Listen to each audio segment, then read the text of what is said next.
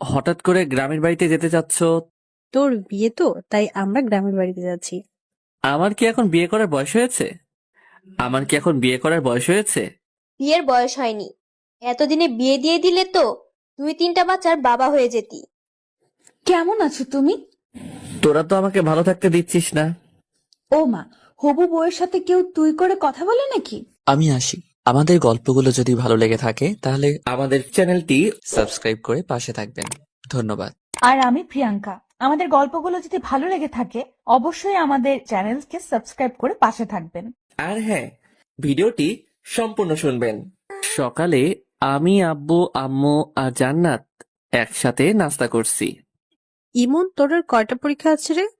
আর 2টা। কবে শেষ হবে? এখনো 3 দিন লাগবে, মাঝখানে একদিন বন্ধ আছে। পরীক্ষা শেষ হলে আমরা সবাই গ্রামের বাড়িতে যাব, ঠিক আছে? হঠাৎ গ্রামের বাড়ি? কি জন্য? কেন, গ্রামের বাড়ি কি আমাদের বাড়ি না? আর আমাদের বাড়িতে গেলে কি হবে তোর? না, হঠাৎ করে গ্রামের বাড়িতে যেতে চাচ্ছ তাই বললাম আর কি। তোর বিয়ে তো, তাই আমরা গ্রামের বাড়িতে যাচ্ছি। আমার বিয়ে মানে? আমার কি এখন বিয়ে করার বয়স হয়েছে? তোকে এত কিছু বুঝতে হবে না, তুই আগের ভালো মতো করে পরীক্ষা দিয়ে নে, তারপর সব দেখা যাবে। এখন বিয়ের কথা শুনলে কিভাবে ভালোভাবে পরীক্ষা দেবো বলো তো? তোমরা মেজাজটাই নষ্ট করে দিলে। ধ্যাত, আর খাবোই না। খাওয়া শেষ হয়ে গেছে, এখন বলছে আর খাবো না। এই পেতনি, চোখের সামনে থেকে সর বলছি। নাস্তা না শেষ করে রুমে চলে আসলাম, এখন বিয়ের কথা শুনে মেজাজটাই নষ্ট হয়ে গেল। ও, আপনাদের তো পরিচয়টাই দেওয়া হয়নি। আমি ইমন, অনার্স 2য় বর্ষে পড়ি। আব্বু নিজস্ব ব্যবসা সামলায়, আম্মু গৃহিণী বাড়িতে থাকে, আর ছোট বোন জান্নাত এইবার ইন্টার ফার্স্ট ইয়ারে পড়ে। একটু পড়াশোনা করে পরীক্ষা দেওয়ার উদ্দেশ্যে বের হলাম। পরীক্ষা শেষ হলো, তারপর আমরা সবাই একসাথে আড্ডা দিতে লাগলাম। দোস্ত, আমার না বিয়ে ঠিক করছে। বলিস কি? কার সাথে তোর বিয়ে হচ্ছে? জানি না রে, আম্মু বললো আর কি। তা দোষ, ইনভাইট করবি না?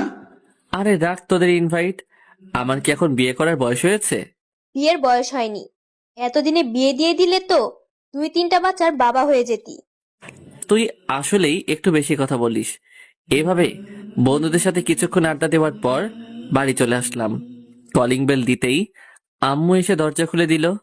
তাড়াতাড়ি গোসল করে আয়, খাবার টেবিলে অপেক্ষা করছি। ঠিক আছে। তারপর আমি শাওয়ার নিলাম। কিছুক্ষণ পর নিচে এসে লাঞ্চ করতে লাগলাম। আব্বু আসে নাই।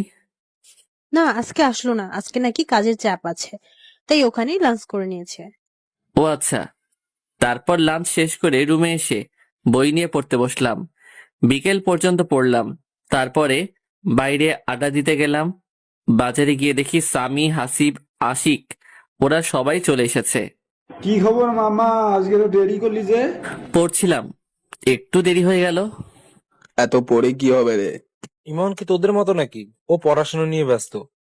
এইভাবে রাত 8টা পর্যন্ত আমরা আড্ডা দিলাম, ক্যারাম খেললাম, সিগারেট খেলাম। তারপর বাসায় চলে আসলাম, ফ্রেশ হয়ে নিলাম। একটু পরেই আব্বু আসলো, সবাই একসাথে ডিনার করে নিলাম। রুমে গিয়ে পড়তে বসলাম। একটু পড়াশোনা করে আর ভালো লাগছে না, তারপরে ফেসবুকে ঢুকলাম। একটু ঘোরাঘুরি করে ঘুমিয়ে পড়লাম। এভাবে 2টা দিন কেটে গেল। আমার পরীক্ষা শেষ। আম্মু এখন বলছে আমাকে নাকি গ্রামের বাড়ি যেতে হবে বিয়ে করতে। এ তো এক মহা ঝামেলায় পড়লাম। আম্মু, এখন বিয়ে না করলে হয় না? না, হয় না, তোকে বিয়ে করতে হবে। আম্মু প্লিজ, এখন জোর করো না, এখন আমি বিয়ে করতে পারবো না। এত বেশি কথা বলিস কেন? তোর বাবা বিয়ে ঠিক করেছে, বিয়ে তোকে করতে হবে। তাড়াতাড়ি রেডি হয়ে নে, গ্রামের বাড়িতে যা। তারপর আম্মু আব্বু আমাকে একরকম জোর করে গ্রামের বাড়িতে নিয়ে যাওয়ার জন্য রাজি করালো। রাজশাহী শহর থেকে আমাদের গ্রামে যেতে প্রায় 3 ঘন্টার মতো সময় লাগে। আমরা ট্রেনে করে গ্রামের বাড়িতে যাচ্ছি। আমার মনটা একদম খারাপ। আমাকে জোর করে বিয়ে দিয়ে দিচ্ছে, একেবারে বাল্যবিবাহ। 4 ঘন্টা পর আমরা আমাদের গ্রামে পৌঁছালাম। অনেকদিন পর গ্রামে আসছি। পড়াশোনার জন্য গ্রামে তেমন আশাই হয় না। গ্রামের পরিবেশ আমার খুব ভালো লাগে। চাচা আমাদের জন্য গাড়ি পাঠিয়ে দিয়েছে।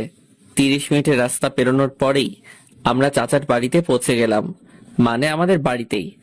দেখলাম আমাদের গ্রামের বাড়িটা খুব সুন্দর করে সাজানো হয়েছে। আমি তো কিছুই বুঝতে পারলাম না। আমি আম্মু আব্বুর পেছনে পেছনে ভিতরে ঢুকলাম। আমার দিকে সবাই এভাবে তাকিয়ে আছে কেন? আর বাড়ি ভর্তি এত আত্মীয় স্বজন কেন এসেছে? আমি আম্মুকে ডাক দিলাম, এসব কি হচ্ছে? আমি তো কিছুই বুঝতে পারছি না। কি বুঝবি তুই? তোমরা আমাকে তো জোর করে বিয়ে দেওয়ার জন্য নিয়ে আসলে, তাহলে চাচার বাড়িতে এত সব আয়োজন কিসের? আমি তো কিছুই বুঝতে পারছি না। নীলার সাথে তোর বিয়ে ঠিক হয়েছে। আম্মু, মজা করো না তো। কার সঙ্গে বিয়ে ঠিক হয়েছে বলো তো তুমি? তো চাচার মেয়ে নীলার সাথে তোর বিয়ে ফাইনাল।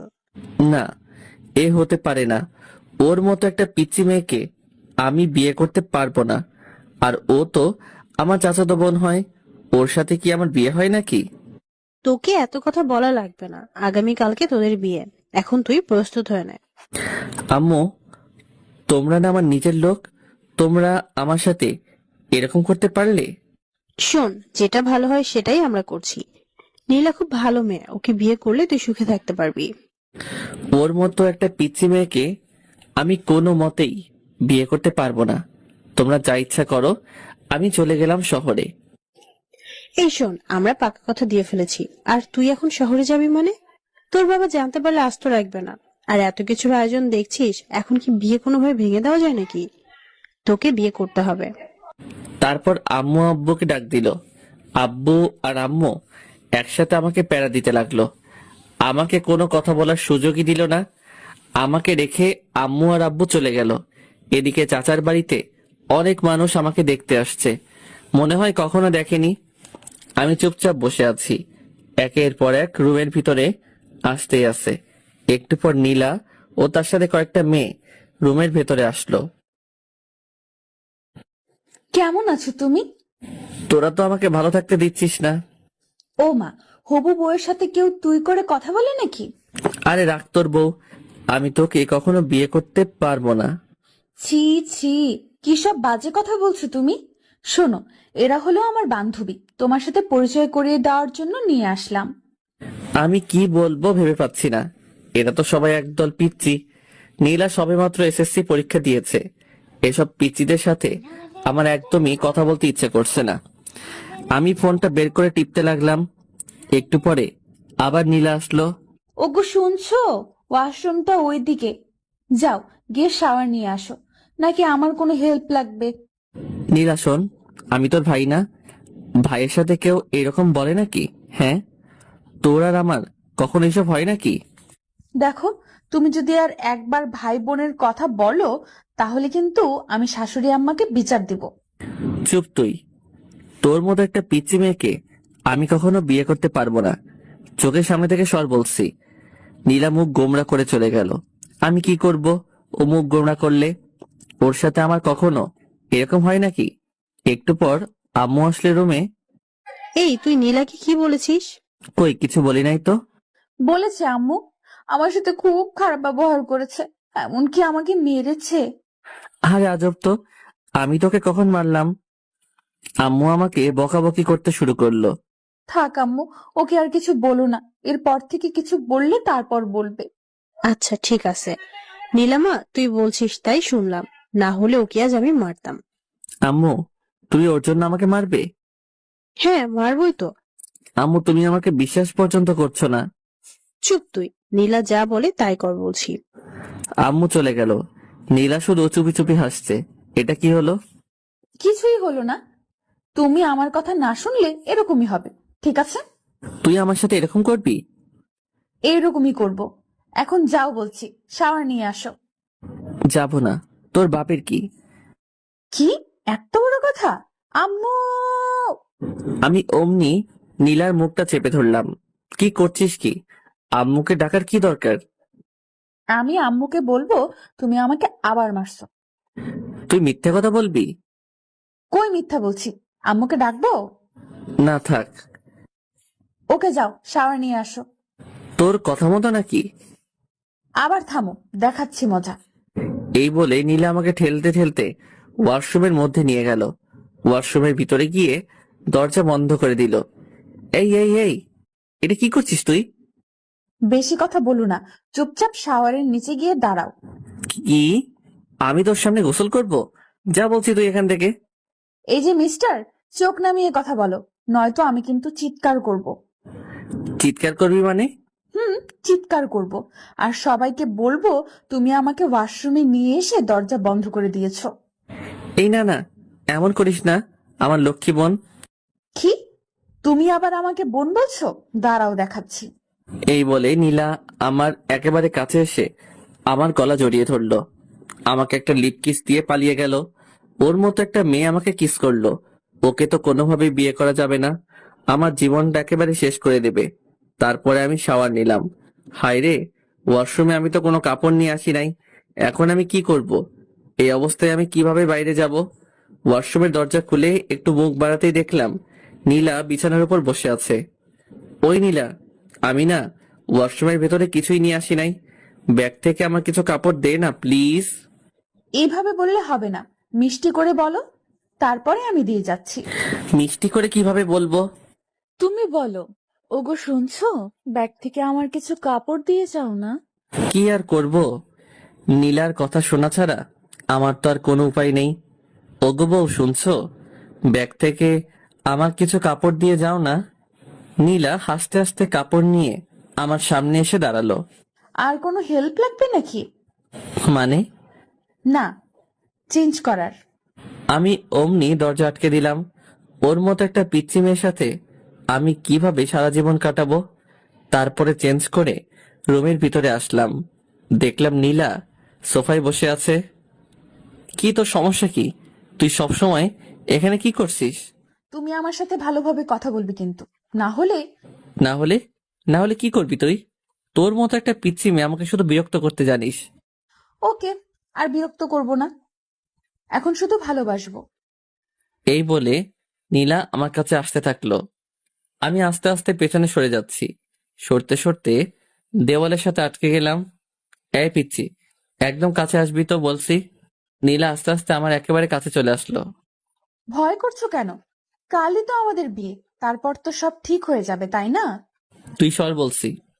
ওকে চলো, নিচে সবাই লাঞ্চ করার জন্য অপেক্ষা করছে। তুই যা, আমি তোর সাথে যাব না। বেশি কথা বলো না, একসাথে চলো বলছি, না হলে কিন্তু আবার কাছে আসবো। না না, কাছে আসিস না, চল তোর সাথে যাব। তারপর আমি নিচে গিয়ে লাঞ্চ করার জন্য একটা চেয়ারে গিয়ে বসলাম।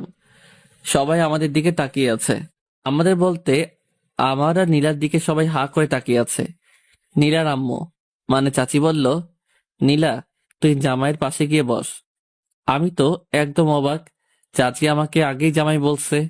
না কোনো পাগলের পাল্লায় পড়লাম রে, যে কিছুই বুঝতে পারছি না। এদিকে নীলা আমার পাশের চেয়ারে বসে আমাকে শুধু বিরক্ত করে যাচ্ছে, পা দিয়ে শুধু আমার পায়ে টোকা দিচ্ছে। আমি তাড়াতাড়ি লাঞ্চ শেষ করে রুমে এসে দরজা বন্ধ করে দিলাম, যাতে পিচ্চিটা আমাকে বিরক্ত করতে না পারে। আমি ফোনটা বের করে স্বামীকে একটা ফোন দিলাম। মামা, কি খবর? কি করছিস? আর বলিস না, এখানে আমার একদম ভালো লাগছে না। কবে যে বাসায় আসবো রে। কেন ভালো লাগছে না কেন?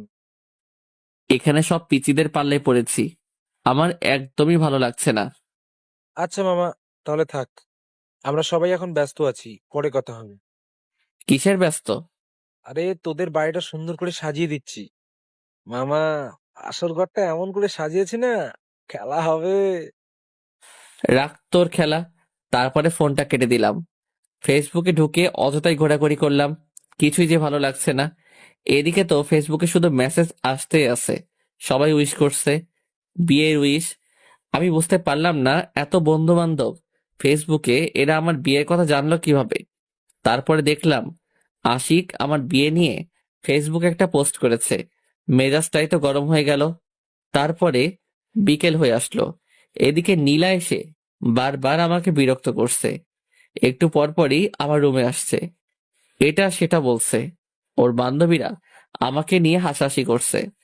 আমি বুঝতে পারলাম না ওদের মতো এক একটা পিচ্চিদের সাহস কিভাবে হয় আমাকে নিয়ে হাসাহাসি করার। আমি কিছুই বললাম না, কারণ এখানে অনেক আত্মীয় স্বজন আছে। ওরা যদি জানতে পারে তাহলে কি বলবে। তারপরে রাত হয়ে আসলো, বিয়েটা তাহলে হয়ে যাচ্ছে। আমি কিছু করতে পারছি না। কি আজব, চাচাতো বোনের সাথে বিয়ে, ভাবতেই কেমন লজ্জা লাগছে। তাও একটা পিচ্চি মেয়ে, যে কিনা এবার এসএসসি দিল মাত্র। বাইরে সবাই অনেক আনন্দ করছে, গান বাজছে খুব জোরে। আমি রুমের মধ্যে বসে আছি, নিচে সবাই যে যার মতো ব্যস্ত। রুমের মধ্যে বসে মোবাইল টিপতেছি, এমন সময় নীলা আসলো। কি ব্যাপার মশাই, একা একা রুমের মধ্যে? নিচে চলেন, সবাই অনেক মজা করছে। তোর সমস্যা কি? আমি একা থাকলে? তুই যা, আমি যাব না। শোনো, তোমাকে অনেক বলেছি তুমি আমার সাথে ভালোভাবে কথা বলবে। বলবো না, কি করবি তুই? ওকে, দেখাচ্ছি কি করি। এই, না না না না। তাহলে নিচে চলো, আমার সাথে নাচবে। কি, তোর সাথে নাচবো? তাও আবার আমি? এত অবাক হয়ে লাভ নেই, যাবে কিনা সেটা তাড়াতাড়ি বলো। কখনই যাব না, তুই যা তো। ওকে, দেখাচ্ছি। এই শোন, আমার না এত জোরে আওয়াজ একদম পছন্দ না। জোরে সাউন্ড হলে আমার মাথায় সমস্যা হয়, তার জন্যই আমি নিজে যেতে চাচ্ছি না আর কি। সত্যি বলছো? হ্যাঁ, একদম সত্যি। ওকে, তাহলে নিচে যাওয়া লাগবে না, আমরা দুজন এখানে বসে গল্প করব। এই শোন, এখন দুজন একসাথে থাকলে মানুষ কি বলবে? হ্যাঁ, কে কি বললো সেটা দেখার বিষয় না, আমি আমার জামাইয়ের সাথে বসে গল্প করছি, তাতে মানুষের কি? তোর জামাই হতে আমার বয়েই গেছে। ফিসফিস করে কি বললে? কই কিছু না তো, কিছু বলি নাই। এইভাবে দুজন অনেকক্ষণ ধরে বসে গল্প করলাম। গল্প নয় তো, অনেকটা ঝগড়ার মতো। এই নীলা শোন, আমার না এখন ঘুম পাচ্ছে, অনেক রাত হয়ে গেছে। তুই এখন যা, আমি ঘুমাবো। আর একটু থাকি না, কেন? তোমার সাথে কথা বলতে খুব ভালো লাগে। আচ্ছা, অনেক কথা বলেছিস, এখন যা, আমি ঘুমাবো। নীলা আমাকে একটা কিস করে চলে গেল। আমি এই পিচিটার জ্বালায় আস্তে আস্তে শেষ হয়ে যাচ্ছি। কি করেছে এই পিচির হাত থেকে রেহাই পাবো বুঝতে পারছি না। সকালে আম্মুর ডাকে ঘুমটা ভাঙলো, দেখলাম আম্মু আর জান্নাত এসেছে আমার রুমে। কখন উঠবে? আজ না তোর বিয়ে? বিয়ে হয়েছে তো কি হয়েছে, এত সকালে কেউ ঘুম থেকে ওঠে নাকি? এখানে কত মানুষ, তুই যদি এত দেরি করে ঘুম থেকে উঠিস তাহলে সবাই কি বলবে? তোকে নিয়ে হাসাহাসি করবে যে। আচ্ছা যাও, উঠছি। তারপর আমি উঠে ফ্রেশ হয়ে নিলাম। একটু পর আবার সেই প্যারার আগমন রুমে। শুভ সকাল। অশুভ সকাল? অশুভ মানে? তোকে এত বুঝতে হবে না। তুমি আমার সাথে এভাবে কেন কথা বলো? তোর মতো একটা পিচির সাথে কিভাবে কথা বলবো শুনি? একটু মিষ্টি করে কথা বলা যায় না? সবার সাথে যেভাবে কথা বলো আমার সাথে সেইভাবে কথা বলবে। কি দরকার? আচ্ছা, আম্মুকে ডাকি। কথায় কথায় এভাবে ভয় দেখানো কিন্তু ঠিক না। আমি তোর চেয়ে অনেক বড়, আমার সাথে ভালোভাবে কথা বলবি। আমি তো ভালোভাবে কথা বলতে চাই, তুমি তো আমার সাথে ভালোভাবে কথা বলো না। তুমি আমার সাথে ভালোভাবে কথা বললে আমি আমার আম্মুর ভয় দেখাবো না। ঠিক আছে। এখন চলো, ব্রেকফাস্ট করবে। তোর সাথে ব্রেকফাস্ট করব না, তুই কালকে আমাকে অনেক জ্বালিয়েছিস। আচ্ছা, আজকে একটুও জ্বালাবো না, চলো তুমি। সত্যি তো? হ্যাঁ সত্যি, চলো। তারপর ব্রেকফাস্ট করে নিলাম, রুমের মধ্যে বসে আছি, ছাদে যাচ্ছি, ফোন টিপছি। এভাবে দুপুর হয়ে আসলো, বিয়ের আয়োজন শুরু হয়ে গেল। আমি একটা সাদা পাঞ্জাবি পরেছি, একেবারে বুড়া বুড়া লাগছে। সাদা পাঞ্জাবি আমি আগে কখনো পরি নাই, আজকে আম্মু অনেক জোরাজোরি করলো তাই পরলাম। আর বিয়েতে নাকি সাদা কাপড় পরতে হয়। একটু পরে কাজী সাহেব বিয়ে পড়াতে শুরু করলো। আমি চুপচাপ বসে আছি, সবাই ছবি তোলা নিয়ে ব্যস্ত।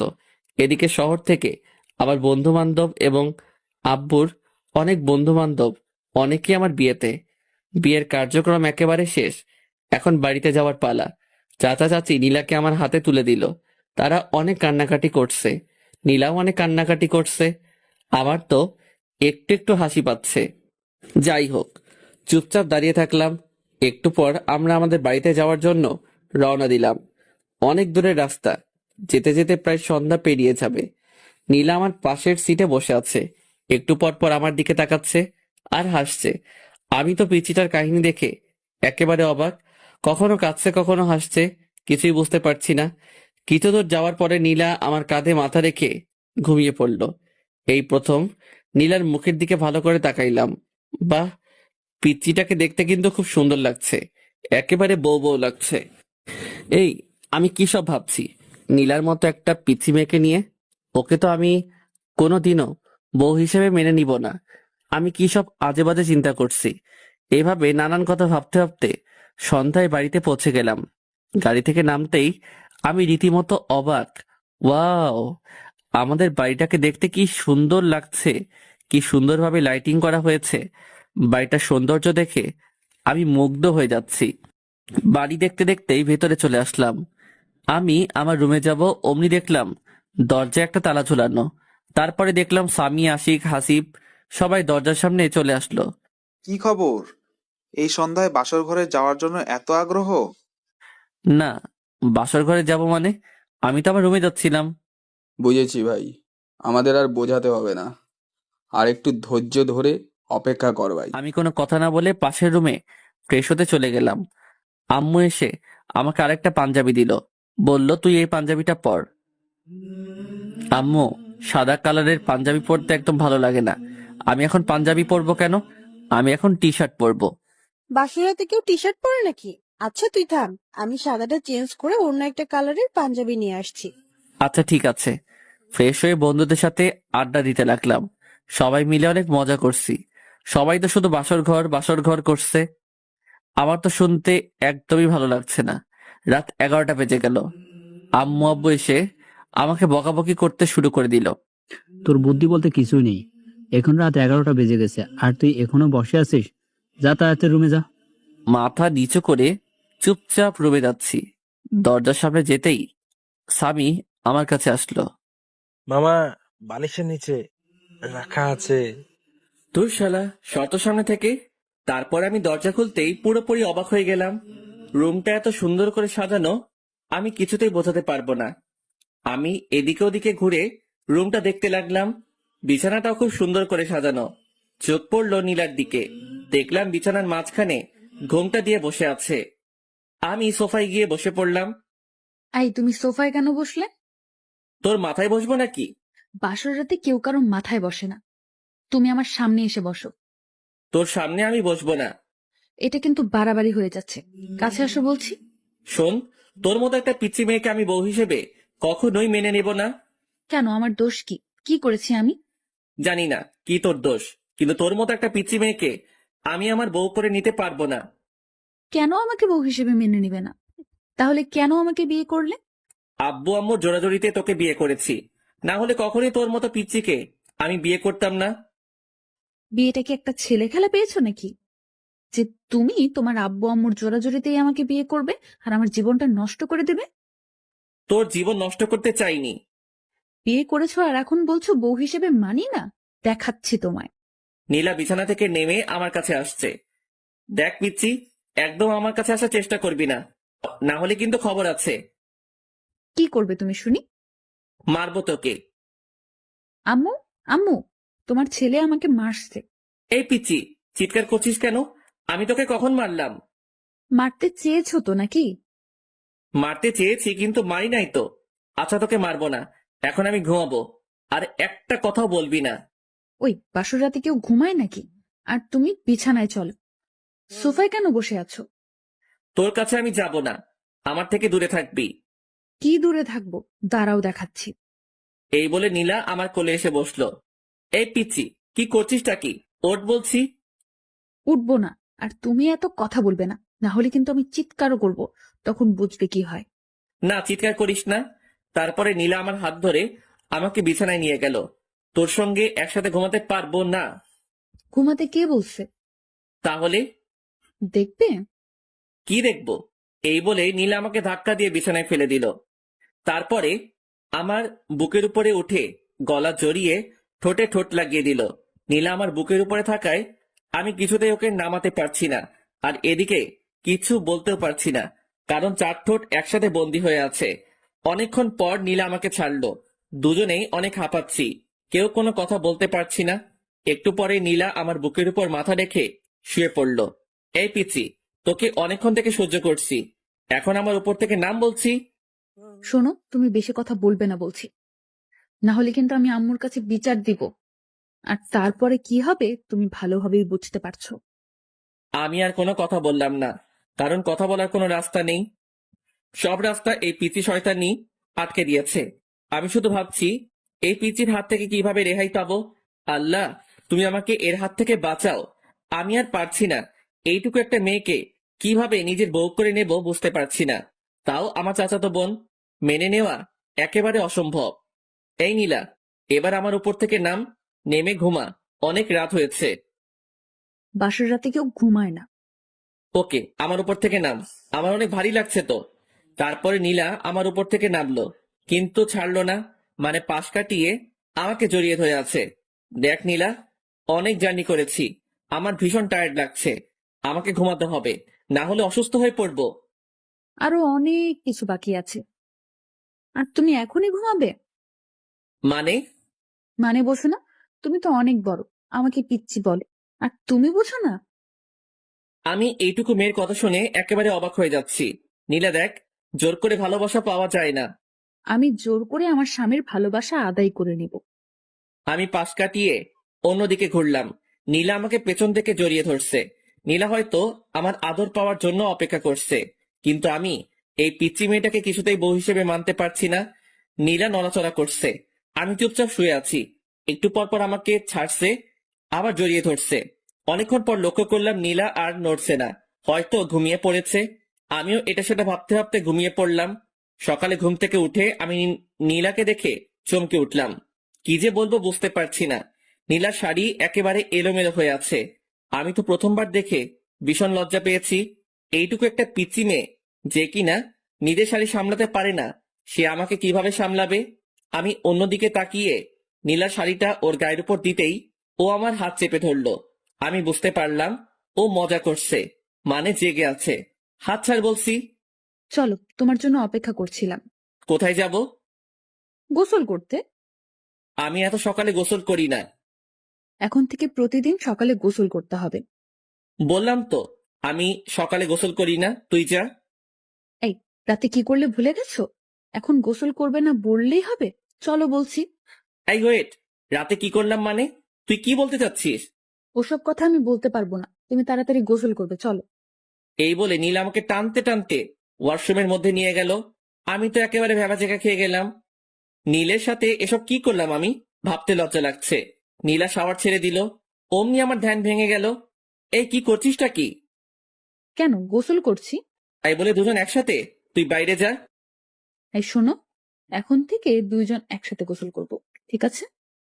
না, একসাথে কখনোই গোসল করব না। তুই বের হয়ে যা বলতেছি। নীলা আমাকে জড়িয়ে ধরলো, দুজনেই কাক ভেজা হয়ে ভিজে গেছি। তারপরে নীলা আমাদের কাপড়গুলো ছাদে শুকাতে দিয়ে আসলো। আমি রুমের মধ্যে বসে আছি। একটু পর নীলা আসলো, এসে চিরুনি করতে লাগলো। নীলা একটু পর পর আমার দিকে তাকাচ্ছে আর হাসছে। আমি তো শুধু রাতের কথাই ভাবতেছি, কি করলাম এগুলা। জান্নাত রুমের মধ্যে আসলো। ভাইয়া, তোমরা নিচে চলো, ব্রেকফাস্ট করার জন্য সবাই বসে আছে। তারপরে আমরা তিনজন একসাথে নিচে গেলাম, গিয়ে ব্রেকফাস্ট করতে লাগলাম। আম্মু খাবার সার্ভ করে দিচ্ছে। বড় আম্মু, এগুলো আমাকে দাও, আমি সার্ভ করে দিচ্ছি। তুমি বরং বসে পড়ো, একসাথে খেয়ে নাও। এই পাগলি মেয়ে, এখন তো আমি তোর বড় আম্মু নই, এখন আমাকে শুধু আম্মু বলে। ঠিক আছে আম্মু, তুমি বসে পড়ো, আমি সার্ভ করছি। এই না, তুই তো অনেক ছোট, তুই এখন এগুলা করবি না, বড় হয়ে তারপরে করবি। ঠিক আছে আম্মু। তারপরে আমি ব্রেকফাস্ট শেষ করে ছাদে গেলাম। বসে বসে শুধু রাতের কথাই ভাবছি, কি বলতে কি করে ফেললাম। একটু পরে আশিক, হাসিব, সামি এরা ছাদে আসলো। কি খবর মামা, কেমন এনজয় করলি? খুব ভালো, তোরাও এবার একটা করে বিয়ে করে ফেল। পড়বো সময় হলে ঠিকই করব। তাড়াতাড়ি। এভাবে বন্ধুদের সাথে অনেকক্ষণ আড্ডা দিলাম। একটু পর নীলার বাড়ির লোকজন আসবে। আব্বু আমাকে বাড়িতে থাকতে বলতেছে। আশিক, হাসিব এরা সবাই নিচে চলে গেল, ওদের নাকি কিছু কাজ আছে। আমি ছাদে বসে আছি, রুমে যাচ্ছি না, কারণ রুমে গেলে নীলা দুষ্টামি করতে শুরু করবে। কিছুক্ষণ পর নীলা আমাকে খুঁজতে খুঁজতে ছাদে চলে আসলো। তুমি এখানে কি করছো? আর আমি তোমাকে সারা বাড়ি খুঁজে পাচ্ছি না। আমাকে কেন খুঁজছিস? না, এমনি। তুমি আমার কাছাকাছি না থাকলে আমার ভালো লাগে না। কিন্তু আমার তোর কাছে থাকতে একদম ভালো লাগে না, তাই তোর থেকে দূরে আছি। যা, এখন তুই নিচে যা, আমাকে আমার মতো থাকতে দে। শোনো, তুমি কিন্তু এরকম করলে আমি আম্মুর কাছে বিচার দিব। কি বারবার আম্মু আম্মু করে ভয় দেখাস? যা তো চোখের সামনে থেকে। নীলা ছাদ থেকে নিচে চলে গেল। একটু পর আম্মুকে ডেকে নিয়ে আসলো ছাদে। এই তুই বৌমার সাথে ভালোভাবে কেন কথা বলি? কই, ভালোভাবেই তো কথা বলি। না আম্মু, আমার সাথে একদম ভালোভাবে কথা বলে না, আমাকে শুধু কথায় কথায় ধমক দেয়। এরপর থেকে যদি বৌমার সাথে এরকম ব্যবহার করিস তাহলে কিন্তু খবর আছে। তোর আব্বুর সাথে সবকিছু বলবো, তারপর বুঝবি। না আম্মু, এরপর থেকে আর ধমক দিয়ে কথা বলবো না। এবার থেকে ভালোভাবে কথা বলবো, ঠিক আছে? আচ্ছা ঠিক আছে, এরপর থেকে আর যেন এরকম কিছু না শুনি। আচ্ছা ঠিক আছে আম্মু। তারপরে আম্মু চলে গেল। নীলা মুচকি হাসছে। এই পিচ্ছি, আমাকে বারবার বকা খাওয়াতে তোর বুঝি ভালো লাগে? না, একদমই ভালো লাগে না। আমার প্রাণের স্বামী ছোট বাচ্চাদের মতো তার আম্মু আব্বুর কাছে বকা খায়, এগুলো আমার একদমই ভালো লাগে না। তাহলে কেন বারবার আম্মুর কাছে বিচার দিস? কারণ তুমি আমার সাথে ভালোভাবে কথা বলো না, আমার কথা একটাও শোনো না। আচ্ছা, এবার থেকে শুনবো। আর শোন, রাতের ওই বিষয়টার জন্য সরি। আসলে আমি ঘুমের মধ্যে কি করেছি বুঝতে পারি নাই। প্লিজ তুই কিছু মনে করিস না। কি হলো, হাসছিস কেন? তুমি তো রাতে কিছুই করনি, আমি এমনিতেই মজা করে ওগুলো বলেছিলাম। কি শয়তাননি, তুই আমার সাথে একদম এগুলো করবি না। আচ্ছা, এবার থেকে আর ওরকম করব না। চলো এবার নিচে চলো। নিচে যাচ্ছি। এমন সময় নীলা চিৎকার দিয়ে উঠলো। অমনি আম্মু আর জান্নাত চলে আসলো। কি হয়েছে, চিৎকার করলি কেন? আম্মু পায়ে মচকা লেগেছে। কি ব্যাপার ইমন, তুই থাকতে নীলার পায়ে মস্কা লাগলো কিভাবে? আজব তো, ওর পায়ে মচকা লাগলে সেটা আমি কিভাবে বলবো? আম্মু, আমি কিছুতেই হাঁটতে পারছি না, পায়ে খুব ব্যথা করছে। ইমন, তুই নীলাকে কোলে করে রুমে নিয়ে যা। কি? আমি কাউকে কোলে নিতে পারবো না। যেটা বলছি সেটা কর। কি আর করব? নীলাকে কোলে করে রুমে নিয়ে গেলাম। আম্মু ফ্রিজ থেকে বরফ দিয়ে গেল আর বলল নীলার পায়ে বরফ দিয়ে দিতে। আমি আম্মুর কথা মতো নীলার পায়ে বরফ দিয়ে দিলাম। নীলা শুধু আমার দিকে তাকিয়ে মুচকি হাসছে। হাসিস কেন? আমি কোনো ব্যথা পাইনি, শুধু তোমার কোলে ওঠার জন্য এগুলো করলাম। কি? থাম, তোকে দেখাচ্ছি। এই বলে আমি নীলাকে বালিশ দিয়ে মারতে শুরু করলাম। নীলা দৌড়ে দৌড়ে পালাচ্ছে, আমিও ওর পিছু পিছু দৌড়াচ্ছি। তারপরে এই বলে আমি নীলাকে বালিশ দিয়ে মারতে শুরু করলাম। নীলা দৌড়ে দৌড়ে পালাচ্ছে, আমিও ওর পিছু পিছু দৌড়াচ্ছি। তারপরে নীলা হোঁচট খেয়ে মেঝেতে পড়ে গেল। ও মা গো, মরে গেলাম। তুই আবার আমাকে বোকা বানাচ্ছিস? থাম, তোকে দেখাচ্ছি। এই বলে আমি নীলাকে বালিশ দিয়ে মারতে শুরু করলাম। নীলা পায়ে হাত দিয়ে বসে আছে। শোনো, আমি সত্যিই বলছি, এবার আমার পায়ে খুব লেগেছে, খুব ব্যথা পাচ্ছি। কই দেখি তোর পা। দেখলাম নীলার পা অনেকটা ফুলে আছে। আমি বুঝতে পারলাম এবার ওর পায়ে সত্যি সত্যি লেগেছে। আমি নীলাকে উঠিয়ে বিছানায় শুইয়ে দিলাম। তারপর নীলার পায়ে বরফ লাগিয়ে দিলাম।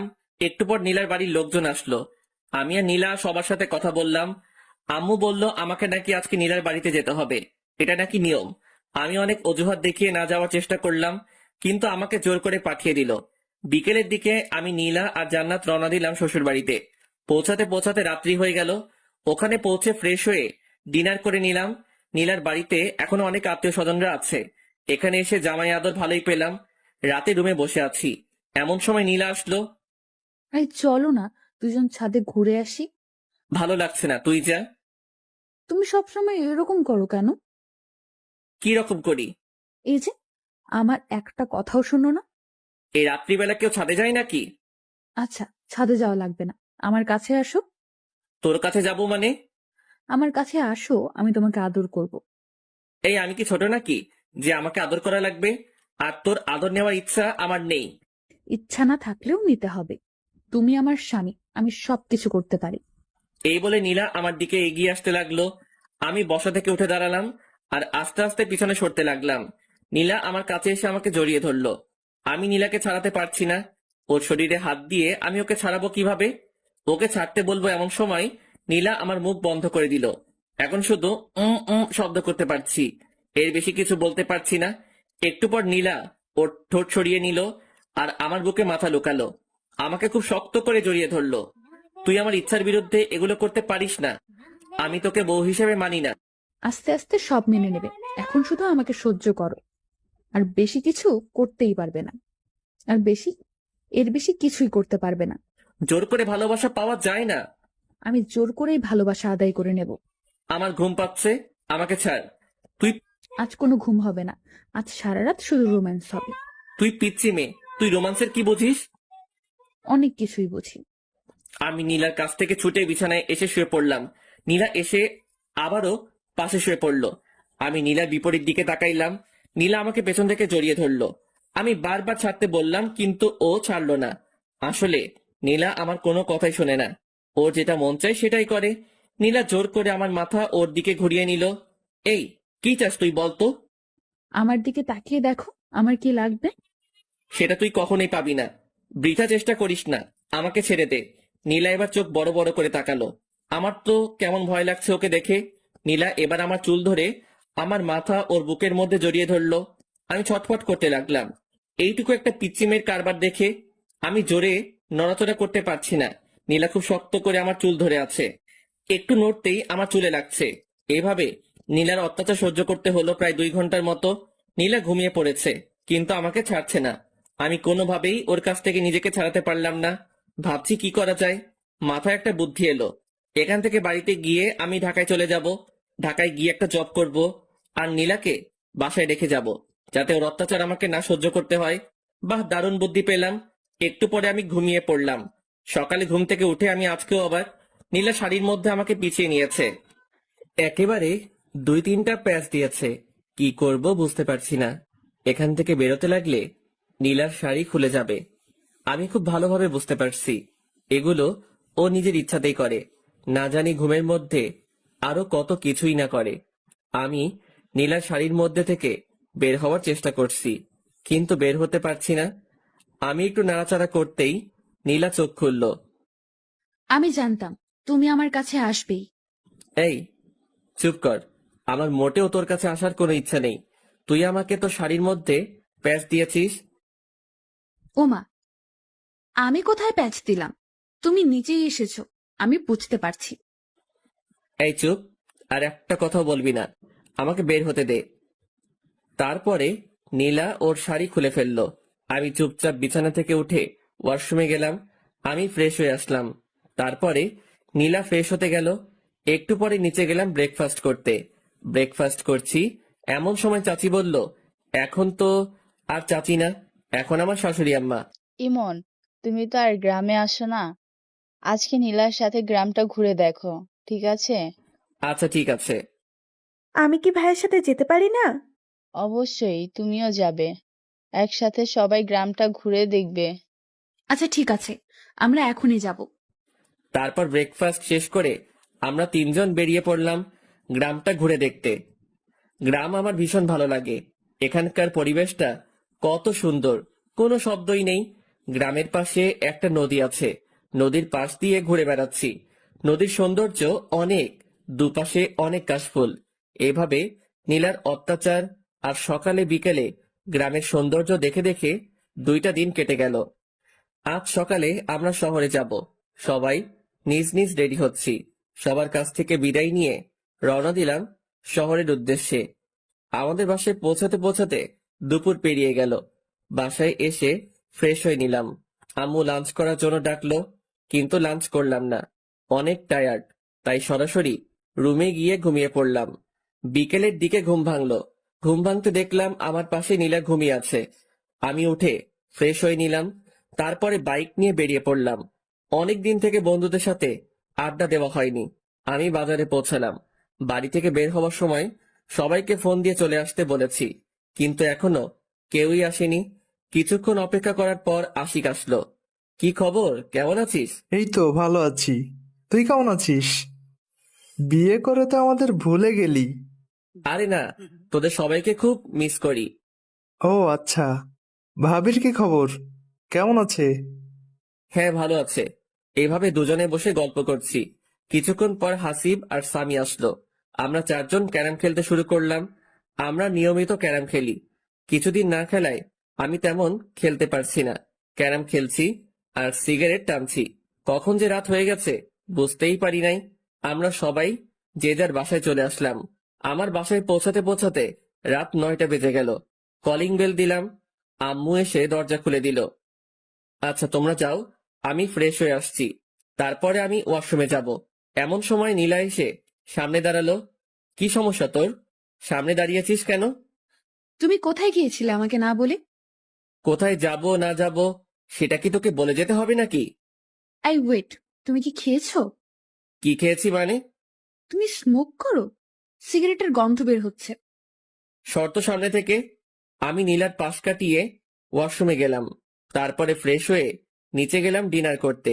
দেখলাম আম্মু, আব্বু, জান্নাত, নীলা সবাই বসে আছে আমার জন্য। একসাথে ডিনার করবে তাই আমি গিয়ে বসে পড়লাম। আম্মু খাবার সার্ভ করতে শুরু করলো। আম্মু, তুমিও বসে পড়ো, আমাদের সাথেই খাবে। আচ্ছা ঠিক আছে, বসছি, তোরা খেতে শুরু কর। আব্বু, আমার কিছু কথা ছিল। হ্যাঁ বলো। আব্বু, আমি এখন জব করব। অনেক তো বসে থাকলাম, এখন একটা কোনো কাজ করি। তাছাড়াও এখন তো বিয়ে করেছি, একটা জব করা দরকার। না, তোকে কোনো জব করতে হবে না। দেখ, ভালো লাগে না। আমার একটা কথাও তোমরা শোনো না। আমি ডিনার না শেষ করে রুমে চলে আসলাম। নীলার কাছ থেকে বাঁচার একটা বুদ্ধি পেলাম। এটাও আব্বু বন্ধ করে দিল। এখন কি করব? কিভাবে এই পিচ্চি শয়তান্নির হাত থেকে বাঁচবো? একটু পরেই নীলা আসলো। নীলা এসে দরজা লক করে দিল। এই, তোমার সমস্যা কি? কোনো সমস্যা নেই। বলো বলছি। এই শোন, মাথা এমনিতেই গরম হয়ে আছে, আর রাগিয়ে দিস না বলছি। আমি বুঝতে পেরেছি, তুমি আমার হাত থেকে বাঁচার জন্য বাইরে জব করতে যেতে চাচ্ছ। একটা কথা শুনে রাখো, আমার হাত থেকে তোমার নিস্তার নেই। তুমি যেখানেই যাও, আমি সব সময় তোমার পাশে থাকবো। তুই আসলেই একটু বেশি কথা বলিস। বেশি দেখছোটা কি? এখন দেখবে। মানে কি বলছিস? মানে তুমি স্মোক করো, এখন আমি সরাসরি আম্মুকে বলে দিব। তুই দেখেছিস আমি স্মোক করি? দেখি নাই, তবে গন্ধ পেয়েছি। এখনই আমি আম্মুকে বলছি। এই বলে নীলা বাইরের দিকে যেতে লাগলো। আমি ওর হাতটা ধরলাম। এই, আম্মুকে বলিস না প্লিজ। এর আগে আম্মু অনেক বকাবকি করেছিল, এমনকি আমাকে চড় মেরেছিল। আচ্ছা বলবো না, আমার কয়েকটা শর্ত আছে, এগুলো শুনলে আমি আর আম্মুকে বলবো না। কি শর্ত? শর্তগুলো মানতে হবে কিন্তু, না হলে আমি সরাসরি আম্মুর কাছে যাব আর গিয়ে বলবো, আম্মু তোমার ছেলে আমাকে মেরেছে, আমার সাথে খারাপ ব্যবহার করেছে এবং সিগারেট খেয়েছে। আচ্ছা, কি শর্ত বল। আমার সাথে ভালো করে কথা বলতে হবে, মানে তুমি করে কথা বলতে হবে। এসব তুই চলবে না, আমি যা বলবো সেগুলো তোমাকে শুনতে হবে। কখনোই পারবো না। ওকে, তাহলে যাই আম্মুর কাছে, গিয়ে বলি তার ছেলে সিগারেট টানার গল্প। না, বলিস না। তাহলে আমার কথা শুনতে হবে। আচ্ছা ঠিক আছে, শুনবো। থ্যাংক ইউ, এ বলে একটা কিস বসিয়ে দিল। আমি শুধু মাথা নিচু করে থাকলাম, কিছুই করতে পারছি না। আবার একটা বুদ্ধি বের করতে হবে। আই, কি ভাবছো? না, কিছু না। ওকে, তাহলে এখন আমাকে একবার জড়িয়ে ধরো।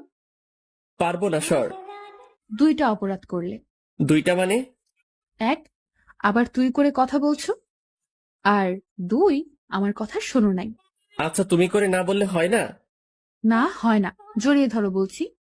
কি আর করব, ইচ্ছা না থাকা সত্ত্বেও নীলাকে হালকা করে জড়িয়ে ধরলাম। নীলা মুচকি হাসলো আর আমাকে শক্ত করে জড়িয়ে ধরলো। নীলা প্লিজ, তুমি আমার কাছ থেকে স্বামীর অধিকার চেও না। আচ্ছা, চাইবো না, সময় হলে তুমি এমনিতেই দিবে। আচ্ছা ঠিক আছে, এখন ঘুমাই তাহলে। ঠিক আছে, চলো। আজ অন্যদিকে তাকিয়ে ঘুমানোর আগেই নীলা আমাকে সামনাসামনি জড়িয়ে ধরলো। কি করব কিছুই বুঝতে পারছি না। আস্তে আস্তে এই পিচ্চি মেয়েটার মায়ায় পড়ে যাচ্ছি। নীলার প্রতি কি আমার বেশি অন্যায় করা হচ্ছে না? আমি কি ওকে আপন করে নেব? না, কি সব ভাবছি। ও তো আমার চাচাতো বোন। চাচাতো বোন কি আর বউ হয়? আই, তুমি কি ভাবছো গো? না, কিছু না। বলো বলছি। না, তেমন কিছু না। আমার একটা গার্লফ্রেন্ড আছে, ওকে নিয়ে ভাবছি। সত্যি বলছো? হ্যাঁ। তুমি না এখন বিয়ে করেছো? তোমার গার্লফ্রেন্ড থাক বা না থাক, সবকিছু ভুলে যাও। কখনোই পারবো না। এর জন্য তুমি আমাকে আপন করে নিচ্ছ না? হ্যাঁ, নীলা আমাকে ছেড়ে দিল, মনে হয় কষ্ট পেয়েছে। পাক, একটু একটু কষ্ট পেলে আমাকে ছেড়ে চলে যাবে, আর তখনই আমার শান্তি হবে। এই পিচির জ্বালা আমার একদম সহ্য হয় না। তারপরে এটা সেটা ভাবতে ভাবতে ঘুমিয়ে পড়লাম। সকালে ঘুম থেকে উঠে দেখি নীলা আমার পাশে নেই। আজ একটু অবাক হলাম। প্রতিদিন ঘুম থেকে উঠে পিচ্চি যেরকম জ্বালা সহ্য করি, আজকে বেঁচে গেলাম। ব্যাপারটা কি? দেখলাম পিচ্চি গোসল করে বেরিয়ে আসছে, ভেজা চুল নিয়ে। ঘুম থেকে উঠে পড়েছ, যাও গোসল করে আসো। আমার এত সকালে গোসল করতে ভালো লাগে না।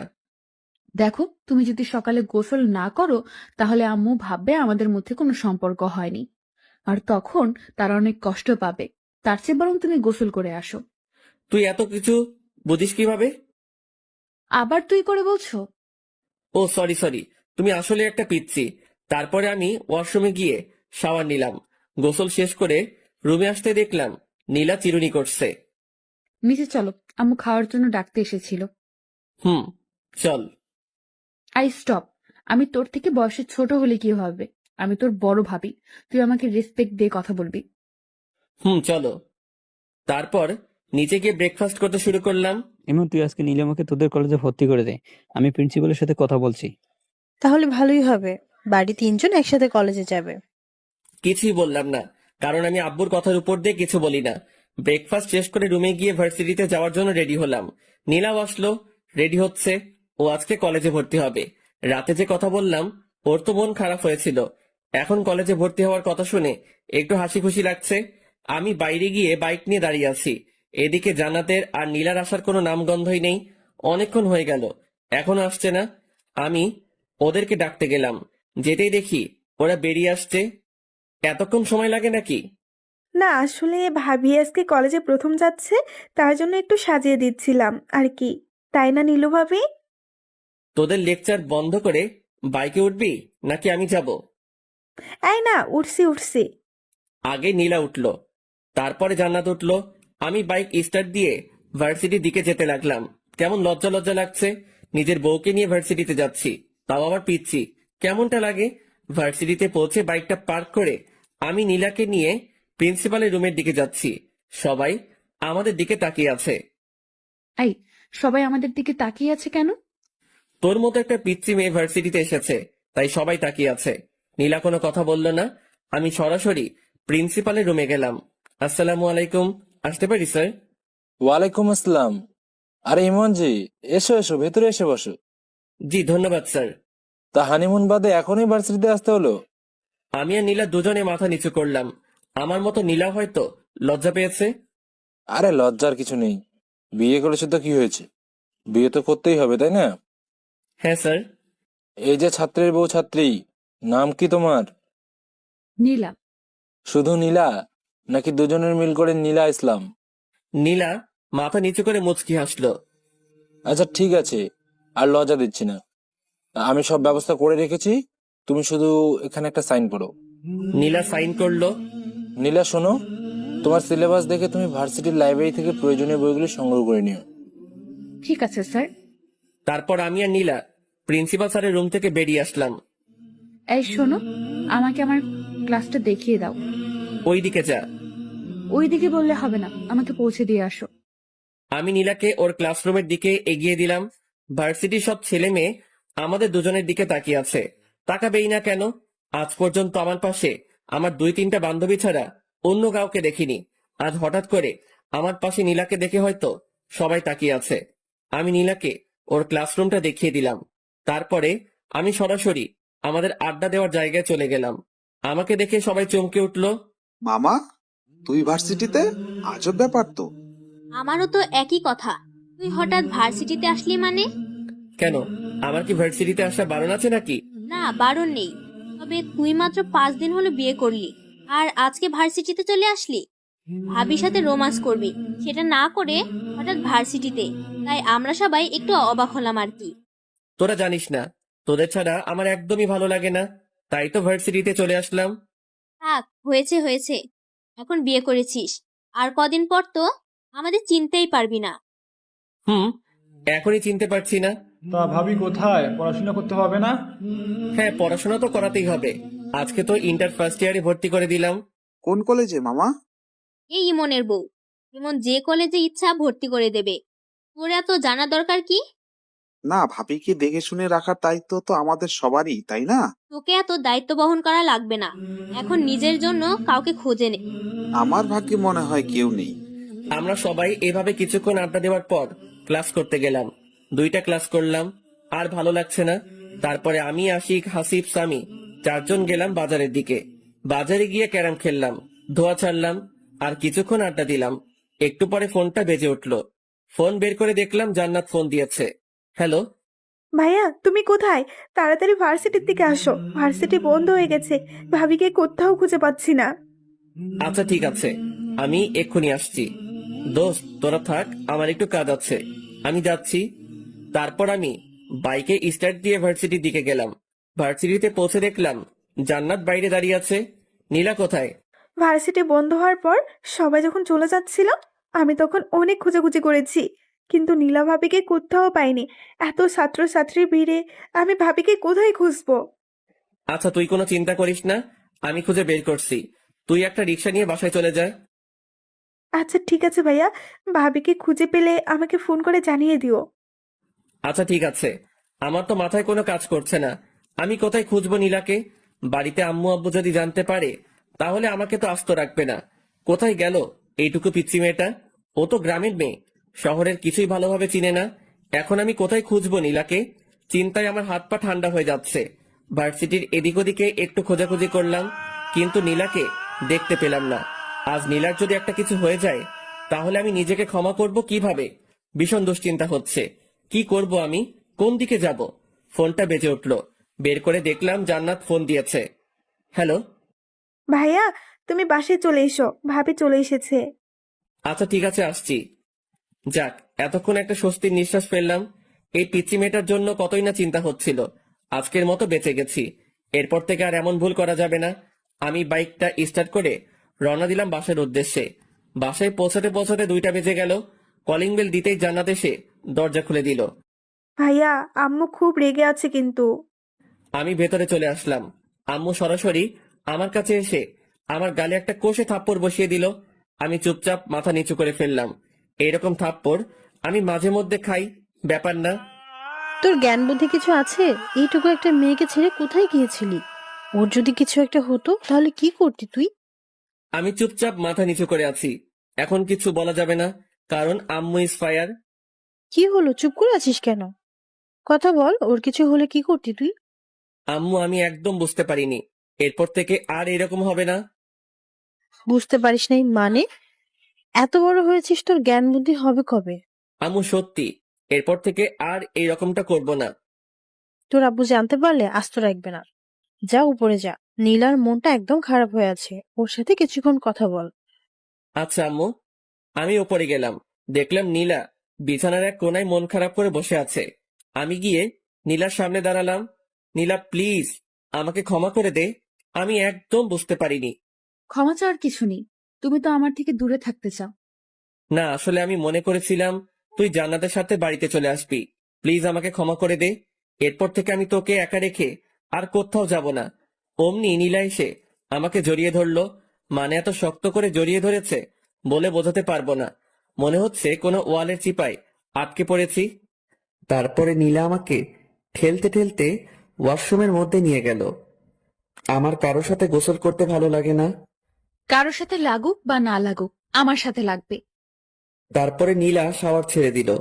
আমি আর নীলা একসাথে গোসল করছি। আমি ভালো লাগিয়ে দিচ্ছি। একবার যদি তোমার আর আমার মধ্যে স্বামী স্ত্রীর সম্পর্কটা গড়ে ওঠে, তারপর তুমি তোমার সব গার্লফ্রেন্ডকে ভুলে যাবে। এই, আমার তো কোনো গার্লফ্রেন্ড নেই। তাহলে সেদিন যে বললে আছে? এমনিতেই বলেছি। মিথ্যুক একটা। হুম। আচ্ছা ঠিক আছে, ভেজা কাপড় চেঞ্জ করো। মানে কি বলছিস কি? কি বলছি বুঝতে পারছো না? চেঞ্জ করো তাড়াতাড়ি। তোর সামনে? হ্যাঁ, আমার সামনে চেঞ্জ করতে হবে। মরে গেলেও পারবো না। দেখাচ্ছি তোমায়। এই, একদম না, একদম আমার কাছে আসবি না বলছি। আমি নীলাকে জোর করে ঠেলতে ঠেলতে ওয়াশরুমের বাইরে বের করে দিলাম। তারপর আমি চেঞ্জ করে নীলাকে বললাম ভিতরে গিয়ে চেঞ্জ করে আয়। ভেতরে যাব না, এখানেই চেঞ্জ করব। তোর লজ্জা শরম বলতে কিছু নেই? তোমার সামনে আবার কিসের লজ্জা শুনি? শুধু আমার সামনে না, তোর কারো সামনে লজ্জা নেই। আমি বুঝতে পেরেছি। আচ্ছা, লজ্জা যখন নেই তাহলে দেখো। এই বলে নীলা আমার সামনে, আমি অন্যদিকে তাকাইলাম। ছি, তুই এইরকম? আমি আগে জানতাম না। নীলা আমাকে পেছন থেকে জড়িয়ে ধরে বলল, কি রকম গো? লজ্জা শরম বিবেকহীন একটা মেয়ে। আচ্ছা হয়েছে, এবার আমার চেনটা আটকে দাও। আমি অবাক হয়ে নীলার দিকে তাকাইলাম। দেখলাম নীলা একটা 3 পিস পরেছে আর আমাকে চেইন আটকে দিতে বলছে। এই শোন, এগুলো আমি পারি না। পারে না বললে হবে না, তাড়াতাড়ি আটকে দাও বলছি। পারবো না বললাম না? আম্মুকে কিন্তু ডাক দিব আর বলবো সিম্পল আমার এইটুকু কাজ করে দাও না, তখন তোমাকে বকাবকি করবে। এই শোন, আমার সামনে ভালোভাবে থাকবি। ভালোভাবে থাকবো মানে? মানে তোর ওড়না কোথায়? এই যে বিছানায়। ওই চুপ, আমার সামনে একদম ভালোভাবে থাকবি, নয়তো থাকবি না। নীলা একেবারে আমার ঠোঁটের কাছে ঠোঁট নিয়ে এসে বলল, তোমার সামনে থাকতে হলে আমাকে কি ওড়না নিয়ে থাকতে হবে নাকি? আমি নীলাকে ধাক্কা দিয়ে বললাম, আমি যেটা পছন্দ করি সেটা করলে তোর পক্ষে ভালো হবে। ঠিক আছে, লাঞ্চ করব, চলো। চল। এই যে কোথায় যাব? আম্মু তো রুমে খাবার দিয়ে গেছে। কখন দিয়ে গেল?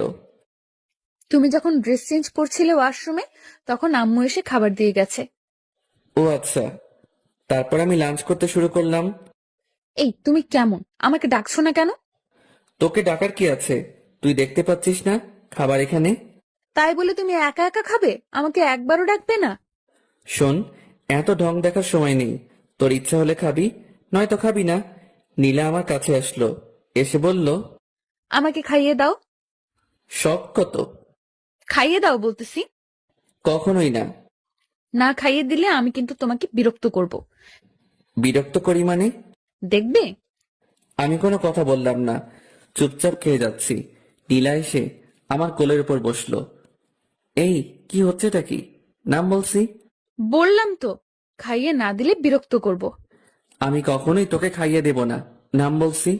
না খাইয়ে দিলে আমিও নামবো না। শেষবারের মতো বলছি, নাম বলছি, না হলে কিন্তু ফেলে দেব। ফেলে দিলে তো আম্মু আছে, আম্মুকে ডাকবো, তারপর কি হবে বুঝতেই পারছো। কি করব? এমন দুষ্টু মেয়ে আমি কখনো দেখিনি। আচ্ছা ঠিক আছে, নাম, আমি খাইয়ে দিচ্ছি। প্রথমেই খাইয়ে দিতে বললাম, দিলে না। এখন আমিও নামবো না। যত তাড়াতাড়ি খাইয়ে দিবে তত তাড়াতাড়ি নামবো, আর না হলে দিও না। আমার তো থাকতে ভালোই লাগছে। আর কি করব? নীলাকে খাইয়ে দিতে শুরু করলাম। না খাইয়ে দিলে তো আর নামবে না। আমি নীলাকে খাইয়ে দিচ্ছি, আর নীলা শুধু বারবার আমার হাতে কামড় দিচ্ছে। আমি চুপচাপ সব সহ্য করছি। তাড়াতাড়ি খাইয়ে না দিলে আমার কোল থেকে নামবে না। আচ্ছা, আমার খাওয়া শেষ, এবার তুমি খাও। আমি হাত ধুয়ে নিচ্ছি। এই তুমি শেষ করলে কেন? খাও বলছি। শোন, এত অত্যাচার রিমান্ডের আসামিকেও করে না, আর আমার খাওয়ার ইচ্ছা শেষ। তুমি এমন বলো না, আমি তোমাকে আর জ্বালাবো না, প্লিজ তুমি খেয়ে নাও। কোথা শেষ বললাম না? আচ্ছা, আমি তোমাকে খাইয়ে দিচ্ছি। কোনো দরকার নেই। আমি চুপচাপ বিছানায় গিয়ে শুয়ে পড়লাম। আমার কথা শুনলে না তো? আচ্ছা দেখাচ্ছি, আগে প্লেটগুলো পরিষ্কার করে আসি। একটু একটু ঘুম পাচ্ছে, ঘুমিয়ে পড়বো। এই মুহূর্তেই আবার রিমান্ড শুরু। মানে নীলা এসে খুব জোরে দরজা আটকে দিল।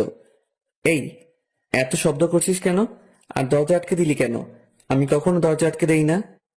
এখন আমি এসেছি, এখন থেকে দরজা আটকে দিতে হবে। আটকে দিতে হবে মানে? না মানে এখন তো আমরা রোম্যান্স করব, যদি কেউ রুমের মধ্যে চলে আসে তাই আটকে দিলাম। শোন, এখন আমি ঘুমাবো, একদম আমাকে বিরক্ত করবি না। বিরক্তি দেখছোটা কি? তুমি তো আমার একটা কথাও শুনো না, এখন তোমাকে দেখাচ্ছি। এই বলে নীলা আমার পেটের উপর উঠে বসলো। দেখ পিচ্ছি, আমাকে বিরক্ত করিস না। আমি না তোমার বউ? আমি ছাড়া তোমাকে কে বিরক্ত করবে, আদর করবে শুনি? লাগবে না তোর কোনো আদর। দেখো, তুমি কি চাও আমি আম্মুকে সব বলে দেই? বলে দেই মানে? এই যে আমাদের মধ্যে কোনো সম্পর্ক গড়ে ওঠেনি, এগুলো আম্মুকে বলে দেই। আমি কোনো কথা বললাম না। দেখো, আমি তোমার ভালোবাসা পাওয়ার চেষ্টা করছি, এমন কিছু করো না যাতে জোর করে সবকিছু আদায় করতে হয়, ঠিক আছে? অন্যদিকে তাকিয়ে শুয়ে রইলাম। নীলা আমার উপর শুয়ে পড়লো। তারপরে শুরু করলো পিচ্চির অত্যাচার। মানে গলায় গালে কিস করতে শুরু করলো, আবার পুরুষত্ব জেগে উঠতে শুরু করলো। আমি অনেক কষ্টে নিজেকে কন্ট্রোল করছি। তারপরে নীলা যা করলো সেটার জন্য মোটেও প্রস্তুত ছিলাম না। নীলাও ড্রেস খুলে ফেলেছে। আমি ধাক্কা দিয়ে নীলাকে আমার উপর থেকে সরিয়ে দিলাম। কি হচ্ছেটা কি এগুলো? না মানে আমার খুব গরম লাগছে। গরম লাগছে ঠিক আছে, তাই বলে এগুলো কেমন অসভ্যতা? নীলা আমার কোনো কথা শুনছে না।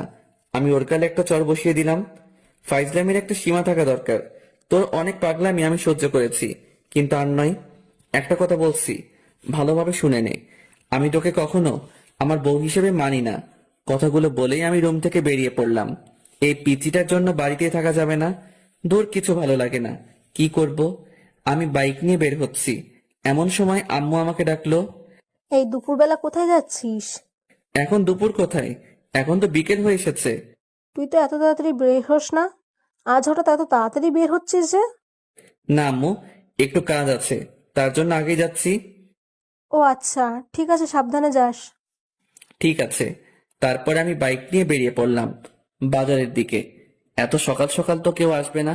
সবাইকে একটা ফোন করি, তাহলে আসবে। আমি সবাইকে ফোন দিয়ে বাজারে আসতে বললাম। আমি বাজারে পৌঁছাবার কিছুক্ষণ পর সবাই আসলো। তারপরে জমিয়ে আড্ডা দিতে শুরু করলাম।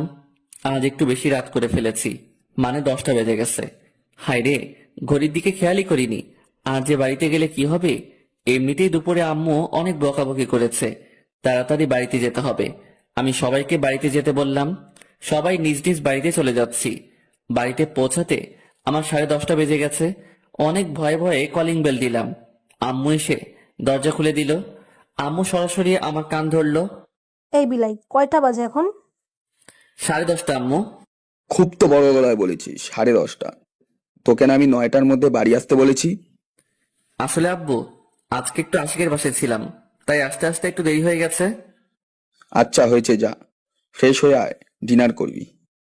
ঠিক আছে আব্বু, আজকের মতো মিথ্যা বলে বেঁচে গেলাম। তারপরে আমি ফ্রেশ হয়ে ডিনার করতে আসলাম। এ কি, তুই একা আসলি যে? নীলাকে ডেকে আনলি না? আমি মনে করেছি ও নিচে আছে। আচ্ছা, ডেকে আনছি। নীলাকে ডাকতে গেলাম। রুমের মধ্যে তো নীলাকে খুঁজে পাচ্ছি না। কোথায় গেল মেয়েটা? ওয়াশরুমে খুঁজলাম, নেই। তারপরে বেলকনিতে গেলাম, দেখলাম নীলা দাঁড়িয়ে আছে। নিচে চলো, আম্মু ডাকছে। আমার ক্ষুধা লাগেনি, আমি খাবো না। খাওয়ার জন্য নয়, তোকে ডাকছে। এই বলে আমি চলে আসলাম। নীলাও আমার পিছু পিছু আসলো। আম্মু, তুমি আমাকে ডেকেছো? অনেক রাত হয়েছে, আয় খেয়ে নে। আম্মু, আমার একদম ক্ষুধা লাগেনি। ক্ষুধা লাগেনি মানে? কি হয়েছে মা, বলতো? কই আম্মু, কিছু হয়নি তো। তোর মন খারাপ লাগছে? কি হয়েছে মা, আমাকে বল। না আম্মু, আমার কিছুই হয়নি, এমনিতেই ভালো লাগছে না। এদিকে আয় তো মা। আম্মু নীলাকে খাইয়ে দিতে শুরু করলো। আমি আর জান্নাত হা করে তাকিয়ে থাকলাম। না, হা করে তাকিয়ে থাকলে হবে না। দুপুরে একবার পিচিটার জন্য খেতে পারি নাই, এখন আমাকে খেতে হবে। অনেক ক্ষুধা লাগছে। ইমন শোন, কালকে বিকালে নীলাকে নিয়ে গিয়ে একটা ফোন কিনে দিস। ওর তো বাড়িতে কথা বলতে লাগে, আর ও তোকে ফোন দিয়ে তাড়াতাড়ি বাড়ি আসতে বলবে। তোকে তো ফোন না করলে তুই প্রত্যেক দিনই রাত 10টা বাজিয়ে দিস। ঠিক আছে আব্বু।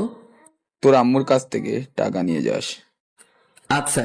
তারপরে আমি ডিনার শেষ করে রুমে গেলাম। একটু পর নীলা আসলো। নীলা এসে দরজা লক করে দিল। আমি নীলার দিকে তাকাইলাম, কিন্তু ও আমার দিকে তাকালো না। সোজাসুজি বিছানায় এসে অন্যদিকে ঘুরে শুয়ে পড়লো। আমার উপর অভিমান করে আছে হয়তো। তখন ওর গায়ে হাত তোলাটা ঠিক হয়নি। ওকে একবার সরি বলে দেখি। নীলা শোন। নীলা আমার দিকে ঘুরলো, কিন্তু তাকালো না। কিছু বলবে? না, মানে দুপুরে তোর সাথে একটু বাড়াবাড়ি করা হয়ে গেছে, প্লিজ ক্ষমা করে দে। তুমি বাড়াবাড়ির কিছুই করনি, যা করেছো একদম ঠিক করেছো। নীলা প্লিজ এভাবে বলিস না, আমাকে ক্ষমা করে দে। না, ক্ষমার কিছুই নেই। আমারই তো সব দোষ। আমার কপালে তো স্বামীর ভালোবাসা নেই, আছে শুধু চট থাপ্পড়, এগুলোই। আমার উচিত হয়নি জোর করে তোমার ভালোবাসা নেওয়াটা। পিচিটার কথায় কেমন যেন মায়া আছে। ওর কথা শুনে আমি বারবার মায়ায় পড়ে যাই। আমি কি বলবো ভেবে পাচ্ছি না। আমাকে কথা বলার সব রাস্তায় পিচ্চিটা বন্ধ করে দিল। আমি শুয়ে পড়লাম। একটু পর পর নীলার দিকে তাকাচ্ছি, কিন্তু ও আমার দিকে তাকাচ্ছে না। যে মেয়েটা সব সময় জড়িয়ে ধরতো, এটা করতো ওটা করতো, আর আজকে চুপচাপ শুয়ে আছে, ভাবা যায়। কিছুক্ষণ পর আমি ঘুমিয়ে পড়লাম। সকালে ঘুম ভাঙতে ভারী কিছু অনুভব করলাম। চোখ খুলে দেখলাম নীলা আমার বুকের উপরে উঠে ঘুমাচ্ছে।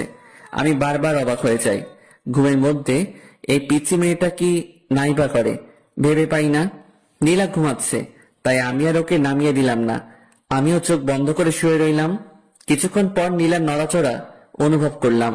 নীলার হয়তো ঘুমটা ভেঙে গেছে। নীলা আমাকে কয়েকটা কিস করে উঠে গেল।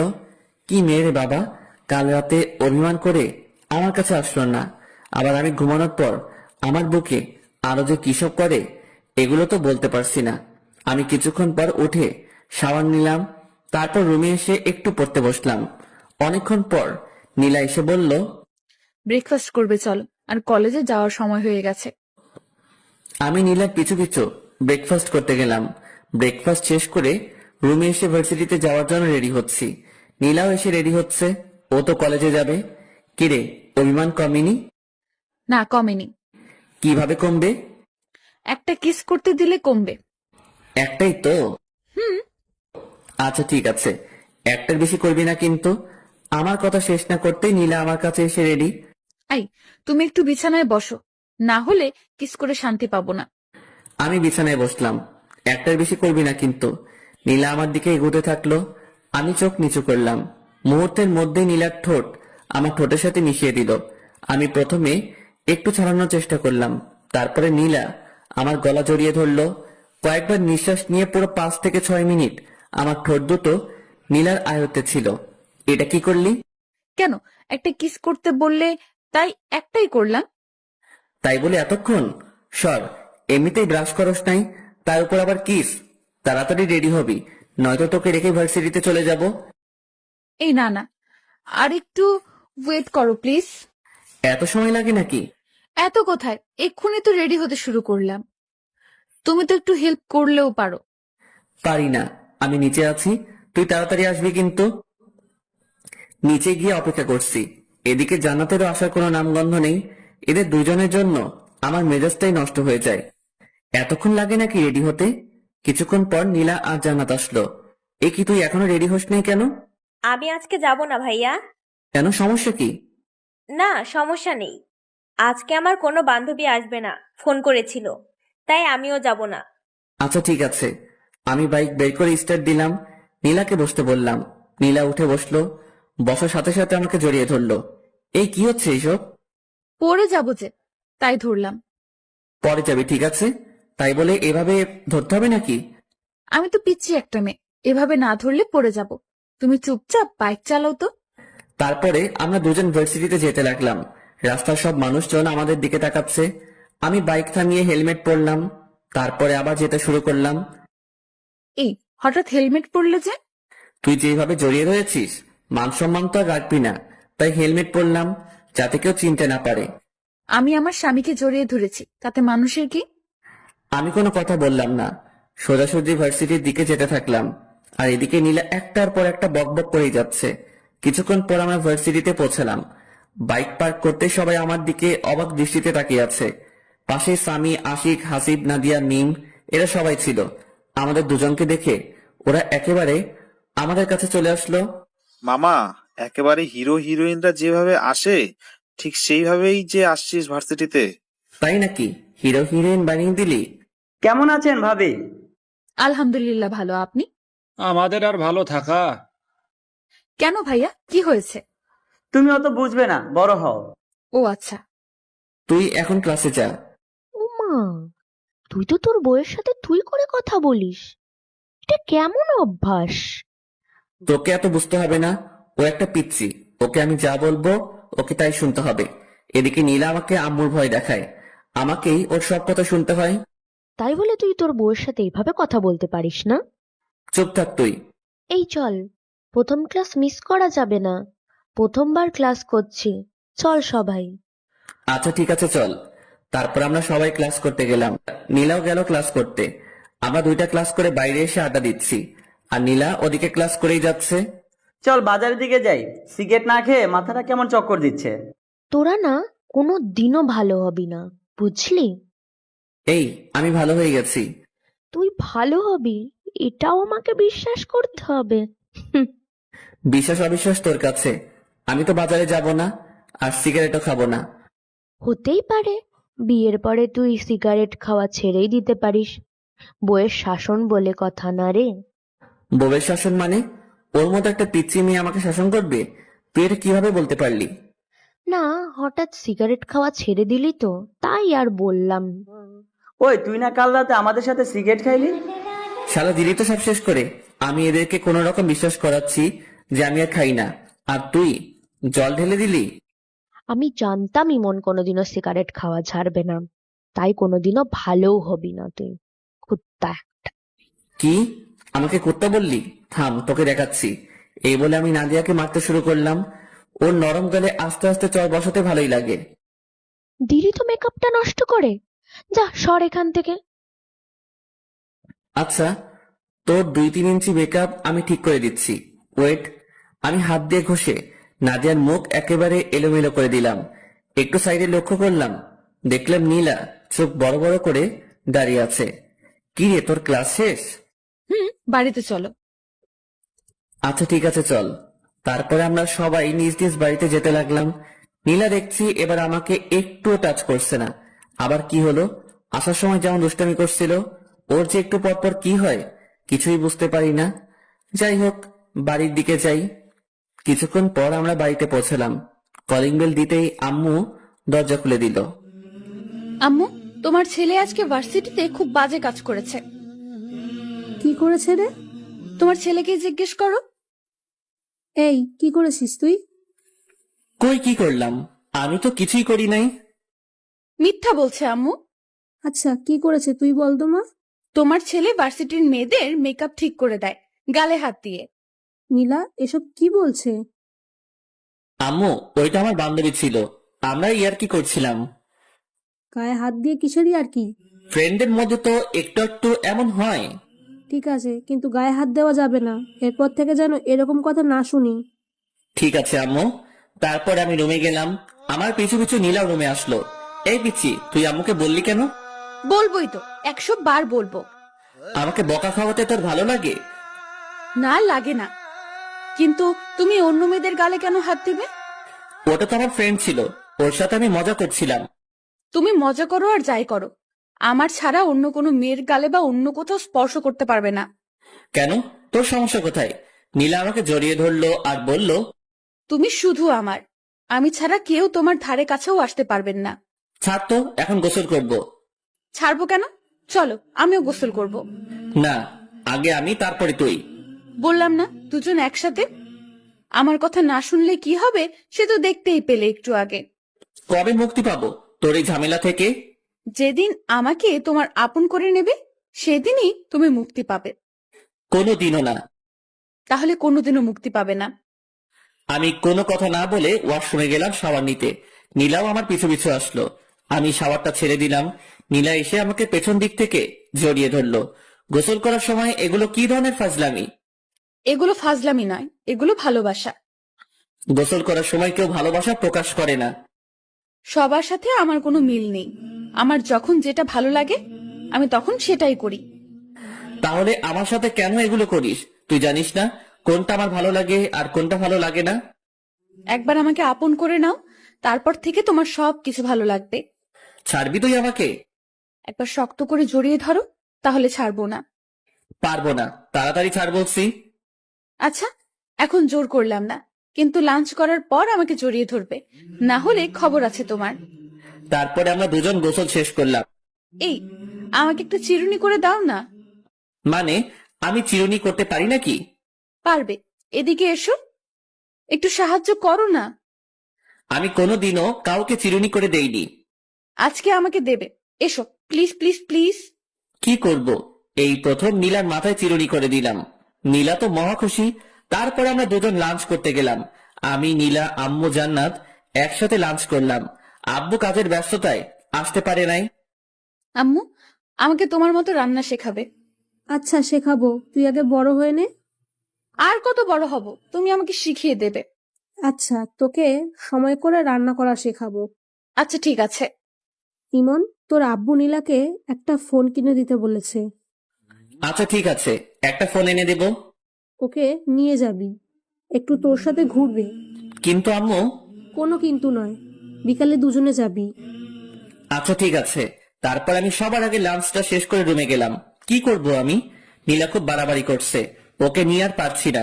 আচ্ছা, ওকে কি কোনোভাবে ওর বাড়িতে পাঠিয়ে দেওয়া যায় না? দেখি কোনোভাবে সম্ভব হয় কিনা। অমনি নীলা রুমে আসলো, এসে দরজা আটকে দিল। আমি কোনো কথা বললাম না। ওর সাথে আমি কিছুতেই পেরে উঠছি না। কিভাবে পারবো?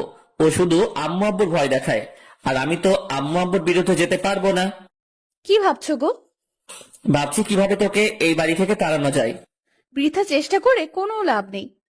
নীলা আস্তে আস্তে আমার কাছে আসছে। আমি কিছু বলবো অমনি নীলা আমার মুখটা চেপে ধরলো। একটা কথাও বলবে না, আমি যা করব সবকিছুই চুপচাপ সহ্য করবে। তাই বলে আমি চুপ করে আছি, আর এদিকে নীলা আমার উপর অত্যাচার চালাচ্ছে। কখনো লিপকিস দিচ্ছে, কখনো গালে। একটা সময়ও থেমে থাকছে না। মেনে নিতেও পারছি না, ছেড়ে দিতেও পারছি না। কি করব, ঝুলন্ত অবস্থায় আছি। এভাবে বিকেল পর্যন্ত সহ্য করতে হলো নীলার পাগলামি। এইটুকু একটা পিচ্চি মেয়ে এত কিছু বোঝে কিভাবে আমি ভেবে পাই না। পিচ্চি কিন্তু যেগুলো করে মনে হয় কত কত বছরের অভিজ্ঞতা। আমি বিছানা থেকে উঠে ফ্রেশ হতে গেলাম। ঠোঁট আর গাল নীলা একেবারে শেষ করে দিয়েছে। এখন আমার যেতে হবে নীলাকে নিয়ে শপিং এ, ফোন কিনতে। এ তো আরেকটা ঝামেলা। এইটুকু একটা পিচ্চি মেয়ের সাথে বেড়াতে আমার একদম ভালো লাগে না। আমি রুমে এসে ফোন টিপতে লাগলাম। আচ্ছা, আমি কি পরবো? শাড়ি পরলে কি ভালো লাগবে? তাড়াতাড়ি রেডি হবি, বেশিক্ষণ অপেক্ষা করতে পারবো না। তুমি সব সময় একটু বেশি কথা বলো। শোনো, আমি নীল শাড়ি পরবো আর তুমি একটা নীল পাঞ্জাবি পরবে, ঠিক আছে? নীলা আলমারি থেকে একটা নীল পাঞ্জাবি বের করলো, আর ওর জন্য নীল শাড়ি। তোকে বললাম না এখন পাঞ্জাবি পরবো না? আমি যখন বলেছি তোমাকে পরতেই হবে। এদিকে এসো তো। নীলা আমার শার্ট খুলে পাঞ্জাবি পরিয়ে দিল। এই, আমাকে শার্টটা পরিয়ে দাও না। আমি পারি না, তুই একা একাই পর। আমি বাইরে যাচ্ছি। এই, তোমাকে বাইরে যেতে বলেছি। এদিকে আসো। তুমি একটু শাড়ির কুচিটা ধরো। কি আর করব, আমি গিয়ে নীলা শাড়ির কুচিটা ধরলাম। এতক্ষণ লাগে নাকি শাড়ি পরতে? তাড়াতাড়ি পর বলছি। তাড়াতাড়ি করছি, একটু ওয়েট করো। আর কতক্ষণ লাগবে? এই তো হয়ে গেছে, এবার কুচিটা দিয়ে দাও। কি? আমি কখনোই পারবো না। তুমি পারবে, তোমার 14 গোষ্ঠী পারবে। তাহলে 14 গোষ্ঠীর কাছ থেকে পরিয়ে নেব। আমি পারবো না। দাও বলছি। তুমি না ছেলে, এত ভয় কিসের তোমার? তাই বলে তোর ওখানে কুচি দিয়ে দেবো নাকি? দেরি হয়ে যাচ্ছে, তাড়াতাড়ি দাও। তারপর আমি কাঁপতে কাঁপতে নীলার কুচিটা দিয়ে দিলাম। নীলা আমার হাত ওর ওখানে চেপে ধরলো। আমি তো লজ্জায় একেবারে শেষ। কিছু বলতে পারছি না, কিছু করতেও পারছি না, শুধু মাথা নিচু করে আছে। এদিকে নীলাও লজ্জায় লাল হয়ে আছে, কিছু বলতে পারছে না, শুধু মুচকি হাসছে। এভাবে নীরবময় কিছু মুহূর্ত কাটলো। কিছুক্ষণ পর আমি হাতটা সরিয়ে নিলাম আর অন্যদিকে তাকালাম। নীলা সাজুগুজু করতে ব্যস্ত হয়ে গেল। একটু পরে নীলা বলল, আমি রেডি, এখন চলো। আমি নীলার দিকে তাকাতেই একেবারে অবাক হয়ে গেলাম। এইটুকু পিচ্চি মেয়েটাকে দেখতে অনেক সুন্দর লাগছে। আমি তো আগে কখনো ওর দিকে তেমন তাকাইনি, আজ প্রথম তাকাচ্ছি। নীলা দেখতে যে এত সুন্দর আমি আগে জানতাম না। এই, কি দেখছো? আমার লজ্জা করে না বুঝি? কোথায় কি দেখছি? চলো তাড়াতাড়ি। হয়েছে, আর মিথ্যে বলতে হবে না। আমি খুব ভালোভাবে লক্ষ্য করেছি তুমি বড় বড় চোখ করে আমার দিকে তাকিয়েছিলে। আমি কোনো কথা না বলে নিচে নামতে শুরু করলাম। আম্মু আমাদের দুজনকে দেখে একেবারে অবাক হয়ে গেল। অবাক হবে না কেন? এভাবে কাছাকাছি ম্যাচিং কালারের ড্রেস পরা দেখলে যে কেউই তাকিয়ে থাকবে। মাশাআল্লাহ, তোদের দুজনকে দেখতে কিন্তু খুব ভালো লাগছে। খুব মানিয়েছে দুজনকে। হয়েছে, এবার টাকা দাও তাড়াতাড়ি। আমি আম্মুর কাছ থেকে টাকা নিয়ে বাইক বের করছি। এমন সময় নীলা বলল, আজ আমরা বাইকে যাব না, রিকশায় যাব। তোমার ইচ্ছে হলে তুমি আমার পিছু পিছু রিক্সা নিয়ে আসতে পারো। এগুলো কেমন কথা? হ্যাঁ, নীলা যখন বলছে রিক্সায় যাবে, তোকে রিক্সায় যেতে হবে। যা, রিক্সায় করে যা। আম্মু, আমার রিক্সা যেতে একদম ভালো লাগে না। অত আস্তে আস্তে কেউ যায়? এত কিছু বুঝি না, তুই নীলামায়ের সাথে রিক্সা করে যা। আচ্ছা ঠিক আছে আম্মু। তারপরে আমি আর নীলা বেরিয়ে পড়লাম। বাড়ির সামনে কিছুক্ষণ দাঁড়াতে একটা রিক্সা আসলো। আমরা রিক্সায় উঠলাম। নীলা আমার কাঁধে মাথা রেখে বক বক করে যাচ্ছে। আমি কোনো কথা বলছি না, চুপচাপ বসে আছি। কিছু বলো, চুপ করে আছো কেন? তোর সাথে কথা বলতে ইচ্ছে করে না? তো কার সাথে কথা বলতে ইচ্ছে করে? তুই চুপ করে থাকতো। আমার চুপ থাকতে ভালো লাগে না, সবসময় তোমার সাথে কথা বলতে ইচ্ছে করে। আচ্ছা তুই বলতে থাক, আমি চুপ করে থাকলাম। আর একটা কথা বলবো না। তারপরে নীলার বক বক শুনতে শুনতে পৌঁছে গেলাম মার্কেটে। কয়েকটা ফোন দেখলাম আর নীলার পছন্দ মতো একটা ফোন কিনে দিলাম। নীলা আমার সাথে সেলফি তুলতে চাইলো, কিন্তু আমি তুললাম না। নীলার জোড়াজোড়িতে ওর সাথে কিছুক্ষণ ঘুরতে হলো। ও জোর করেই কয়েকটা সেলফি তুললো। সন্ধ্যার পর আমরা বাড়ির দিকে রওনা দিলাম। বাড়িতে এসেই ড্রেসটা চেঞ্জ করে ফ্রেশ হয়ে নিলাম। জান্নাত আসলো রুমে। নীলা আর জান্নাত বসে বসে গল্প করছে। আমি ফেসবুকিং করছি। আজ সময় কাটছে না। আজ বন্ধুদের সাথে আড্ডা দিতে যাইনি, তাই একদম ভালো লাগছে না। সিগারেট না খেলে মাথায় কেমন চক্কর মানে। রাতে ডিনার করে এসে শুয়ে পড়েছি। নীলা এসে পাগলামি শুরু করেছে। আমি নীলাকে ছাড়তে বলছি, কিন্তু নীলা আমাকে ছাড়ছে না। দেখো, তুমি আমার স্বামী, আর আমি আমার স্বামীকে একটু আদর করব। মানে কি বলছিস তুই? মানে আজকে আমাদের স্বামী স্ত্রীর সম্পর্ক গড়ে উঠবে। কখনোই না। তুমি আর কতদিন আমাকে কষ্ট দেবে? আমি কাউকে কষ্ট দিই না। কেন তুমি আমাকে কষ্ট দিচ্ছ না? জানি না, আমার একদম ভালো লাগছে না। আমি ঘুমাবো, বিরক্ত করিস না প্লিজ। কিছুক্ষণ পর আমি ঘুমিয়ে পড়লাম। সকালে ঘুম থেকে উঠে একটু অসুস্থ লাগছে, কেমন জ্বর জ্বর লাগছে। নীলা আজকে আগে উঠে গেছে ঘুম থেকে। উঠে তো নীলাকে দেখতে পেলাম না। কিছুক্ষণ পর নীলা রুমে আসলো, এসে বলল, কখন ঘুম থেকে উঠবে? ভার্সিটিতে যাওয়ার সময় হয়ে গেছে, ওঠো তাড়াতাড়ি। তুই আর জান্নাত যা, আজকে আমি যাব না, একটু অসুস্থ লাগছে। কি হয়েছে তোমার? একটু জ্বর জ্বর লাগছে। কই দেখি। এ কি, তোমার তো ভীষণ জ্বর। তারপরে নীলা আমাকে ধরে ওয়াশরুমে নিয়ে গেল। আমি ফ্রেশ হয়ে আসলাম। নীলা আমার জন্য খাবার নিয়ে আসলো, আমাকে জোর করে ও নিজের হাতে খাইয়ে দিল। তারপরে ওষুধ খাইয়ে দিল। নীলার সেবা যত্নে আমি খুব তাড়াতাড়ি সুস্থ হয়ে গেলাম। এই কয়দিন আমি বুঝলাম নীলা সত্যি আমাকে খুব ভালোবাসে।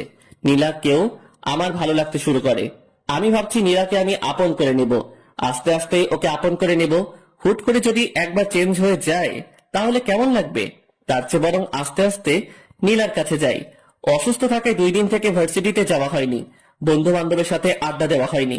আজ বিকেলে বাজারে গেলাম আড্ডা দিতে। সন্ধ্যা হয়ে এসেছে, এমন সময় নীলা আমাকে ফোন করলো। হ্যালো। কোথায় আছো তুমি? এই তো বাজারে আছি। তাড়াতাড়ি বাড়িতে চলে এসো। আচ্ছা, আসছি একটু পর। তুমি এখনো পুরোপুরি সুস্থ হওনি, তাড়াতাড়ি আসো প্লিজ। আচ্ছা ঠিক আছে। বন্ধুদের সাথে আড্ডা দিয়ে 8টার দিকে বাড়িতে গেলাম। কলিং বেল দিলাম, নীলা এসে দরজা খুললো। এই, তোমাকে না তাড়াতাড়ি আসতে বললাম? তাড়াতাড়িতে চলে আসলাম। এটা তাড়াতাড়ি আসা হলো? রাত 8টা পেরিয়ে গেছে। রাত 8টা আবার দেরি হলো নাকি? আচ্ছা ঠিক আছে, তাড়াতাড়ি ফ্রেশ হয়ে আসো। আচ্ছা ঠিক আছে। পরে আমি ফ্রেশ হয়ে রুমে আসলাম। কি হয়েছে, এত তাড়াতাড়ি বাড়িতে ডাকলি কেন? কিছু হয়নি, তোমাকে একটু আদর করব তাই বাড়িতে আসতে বললাম। আদর মানে? আদর বোঝো না? আচ্ছা দেখাচ্ছি। আজ নীলাকে দেখতে একদম অন্যরকম লাগছে, কেমন ছটফট করছে আমার ভালোবাসা পাওয়ার জন্য। নীলা আমাকে জড়িয়ে ধরে বিছানায় শুইয়ে দিল। আমি তেমন রিয়েক্ট করলাম না। নীলা আস্তে আস্তে আমার খুব কাছে চলে আসলো। দুজনের নিঃশ্বাস দুজনের মুখের উপরে পড়ছে। আমি নীলার চোখের ভাষা বুঝতে পারলাম, কিন্তু ওর কাছে এগিয়ে গেলাম না। নীলা শুধু ছটফট করছে। আমি সবকিছু বুঝেও নীলার কাছ থেকে সরে গেলাম। আর কত কষ্ট দেবে আমাকে? একবার আসো আমার কাছে। আমি মনে মনে বলছি, হারে পিচ্ছি, আস্তে আস্তেই তোর খুব কাছে চলে যাব, আপন করে নেব তোকে। তুই শুধু একটু ধৈর্য ধর। কিছু বলছো না কেন? আমার কষ্টটা একবার বোঝার চেষ্টা করো। আমি কোনো কথা বললাম না। কি বলবো? আমি যে হঠাৎ করে নীলার কাছে যেতে পারছি না। নীলাকে খুব শক্ত করে জড়িয়ে ধরতে ইচ্ছে করলো, আলতো করে ওর কানের কাছে মুখ নিয়ে বলতে ইচ্ছে করলো, আমিও যে তোকে ভালোবাসে ফেলেছি পিচ্ছি। কিন্তু অজানা এক বাধায় সবকিছু আটকে গেল, কিছুই করতে পারলাম না। আম্মু এসে আমাদের ডিনার করার জন্য ডাকলো। আমি আর নীলা নিচে গেলাম ডিনার করতে। আব্বু চলে এসেছে। আমরা সবাই একসাথে ডিনার শেষ করলাম। রুমে এসে বসে আছি, মানে নীলার জন্য অপেক্ষা করছি। নীলা একটু পরে আসে। আম্মুকে মনে হয় একটু একটু হেল্প করে, তাই আসতে একটু দেরি হয়। কিছুক্ষণ পর নীলা আসলো, হাতে 1 গ্লাস পানি আর ওষুধ নিয়ে। এখন আমার ওষুধ কেন? সুস্থ হলেও ওষুধ খেতে হয়। ওষুধ খেলে আর অসুস্থ হবে না, না হলে অসুস্থ হওয়ার সম্ভাবনা থাকে। আমি তো সুস্থ হয়ে গেছি, আমি একদম সুস্থ, এখন ওষুধ খাওয়া লাগবে না। বেশি কথা বলো না তো, দেখি আমি খাইয়ে দেই। তারপরে নীলা আমাকে ওষুধ খাইয়ে দিল। ওষুধ খাওয়ার সাথে সাথে আমার মাথাটা কেমন ঝিমঝিম করছে। বুঝলাম না নীলা আমাকে কি খাওয়ালো, কেমন অলসতা বিরাজ করতে শুরু করলো। মনে হচ্ছে নীলা হয়তো আমাকে ঘুমের ওষুধ খাওয়ালো, কিন্তু নীলা আমাকে ঘুমের ওষুধ খাওয়াতে যাবে কেন? নীলা আমার কাছে আসলো, এসে বলল, আজ তোমাকে আমি আপন করে নেব, কেউ আটকাতে পারবে না। আমি বুঝতে পারলাম নীলা আমাকে ঘুমের ওষুধ খাইয়েছে, কিন্তু নীলা আমার কাছে আসার জন্য এটা করতে পারলো? আমি কিছুই করতে পারছি না, ভীষণ ঘুম পাচ্ছে। নীলা আমার কাছে আসলো, এসে আমার শার্টটা খুলে দিল। নীলাকে আটকাতে পারছি না, মানে ঘুমের ওষুধ খাওয়ার পর আমি কোনো শক্তি পাচ্ছি না। নীলা আস্তে আস্তে আমার খুব কাছে চলে আসলো। আমি কিছুতেই মানতে পারছি না নীলা আমাকে ঘুমের ওষুধ খাইয়ে এগুলো করছে। তারপরে নীলা আমাকে কিস করতে শুরু করলো। আজ নীলার হাত থেকে আমার নিস্তার নেই, একেবারে শেষ করে ফেলবে। নীলা ওর ড্রেস খুলে ফেললো। এখন আমাদের দুজনের শরীরে একটা সুতা পর্যন্ত নেই। নীলা আমার খুব কাছে চলে আসলো। আমি নীলাকে আটকাতে পারলাম না। সবকিছু শেষ করে ফেললো। নীলার প্রতি আমার অনেক রাগ হলো। ও আমাকে ঘুমের ওষুধ খাইয়ে নীলাকে মারতে ইচ্ছে করছে, কিন্তু আমি উঠে বসার মতো শক্তি পাচ্ছি না। নীলা আমার উপরে শুয়ে আছে, একটু পর পর আমার দিকে তাকাচ্ছে। কিছুক্ষণ পর নীলা আমাকে বিছানা থেকে তুলে ওয়াশরুমে নিয়ে গেল। দুজনে একসাথে শাওয়ার নিলাম। শাওয়ার নেওয়ায় আমার ঘুম একেবারে ভেঙে গেল। আমার নিজের প্রতি অনেক রাগ হতে শুরু করলো। নীলা আমার সাথে এগুলো করলো, অথচ আমি ওকে আটকাতে পারলাম না। আমি ড্রেস চেঞ্জ করে রুমে চলে আসলাম। আজ নীলার খবর আছে। ও কি করলো আমার সাথে? নীলা ওয়াশরুম থেকে বেরিয়ে আসতে আমি ওকে একটা চড় বসিয়ে দিলাম। তুই এটা কি করলি আমার সাথে? যা করেছি একদম ঠিক করেছি, এটা ছাড়া আমার কোনো উপায় ছিল না। নীলার কথা শুনে আমার রাগ আরো বেড়ে গেল। আমি খাটের রেলিং খুলে নীলাকে মারতে শুরু করলাম। অনেক মারলাম নীলাকে। মারতে মারতে লোহার রেলিংটা ভেঙে ফেললাম। নীলা কাঁদতে কাঁদতে বলল, তোমাকে আপন করে নেওয়া কি আমার অপরাধ? আমি কি আমার স্বামীর ভালোবাসা কোনোদিনও পাবো না? কেন বিয়ে করেছো আমাকে? আমার কি একটা স্বপ্ন থাকতে পারে না? তুই আমার চোখের সামনে থেকে সর। তোর মতো পিচ্চি মেয়েকে আমার সহ্য হয় না। আমি কখনো তোকে বিয়ে করতে চাইনি। আম্মু আব্বু আমাকে জোর করে তোর সাথে বিয়ে দিয়েছে। আসলেও তো তোমাকে তো জোর করে বিয়ে দিয়েছে। জোর করে তো আর ভালোবাসা পাওয়া যায় না। আমি এটা ভুলেই গিয়েছিলাম। মুক্ত করে দিচ্ছি আমি তোমাকে। আর কখনো বিরক্ত করব না। চলে যাব আমি তোমার কাছ থেকে অনেক দূরে। আমাকে প্লিজ ক্ষমা করে দিও। আর কখনো তোমাকে এই পিচ্চির জ্বালা সহ্য করতে হবে না। মুক্ত করে দিলাম। খুব ভালোবাসি তোমায়। আমি কোনো কথা বললাম না। নিজের প্রতি নিজেরই ঘৃণা জন্মালো। আমি নীলা কি মারলাম? কি করে ওর মতো একটা পিচ্চি মেয়েকে মারতে পারলাম? খুব ভুল করে ফেললাম আমি। এক্ষুনি ওর কাছ থেকে ক্ষমা চেয়ে নেব আর ওকে আমার বউয়ের মর্যাদা দেব। আমি পিছনে তাকাতেই নীলাকে দেখতে পেলাম না। বুকের মধ্যে কেমন ধুপ করে উঠল। রুমের মধ্যে নীলাকে খুঁজলাম, কিন্তু পেলাম না। ওয়াশরুমে গেছে হয়তো। ওয়াশরুমে গেলাম, কিন্তু নীলাকে পেলাম না। কোথায় গেল নীলা? আমি বেলকনিতে গেলাম, কিন্তু নীলাকে পেলাম না।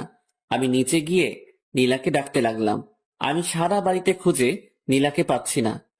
আমার চিৎকার করে ডাকায় আম্মু আব্বু জান্নাত এরা সবাই বেরিয়ে আসলো। কি হয়েছে? এত জোরে জোরে নীলাকে ডাকছিস কেন? কোথায় গিয়েছে ও? আম্মু, আমি নীলাকে খুঁজে কোথাও পাচ্ছি না। পাচ্ছি না মানে? কোথায় যাবে এত রাতে? বাড়িতে আছে, দেখ ওয়াশরুমে গেছে হয়তো। না আম্মু, ওয়াশরুমে আমি খুঁজেছি।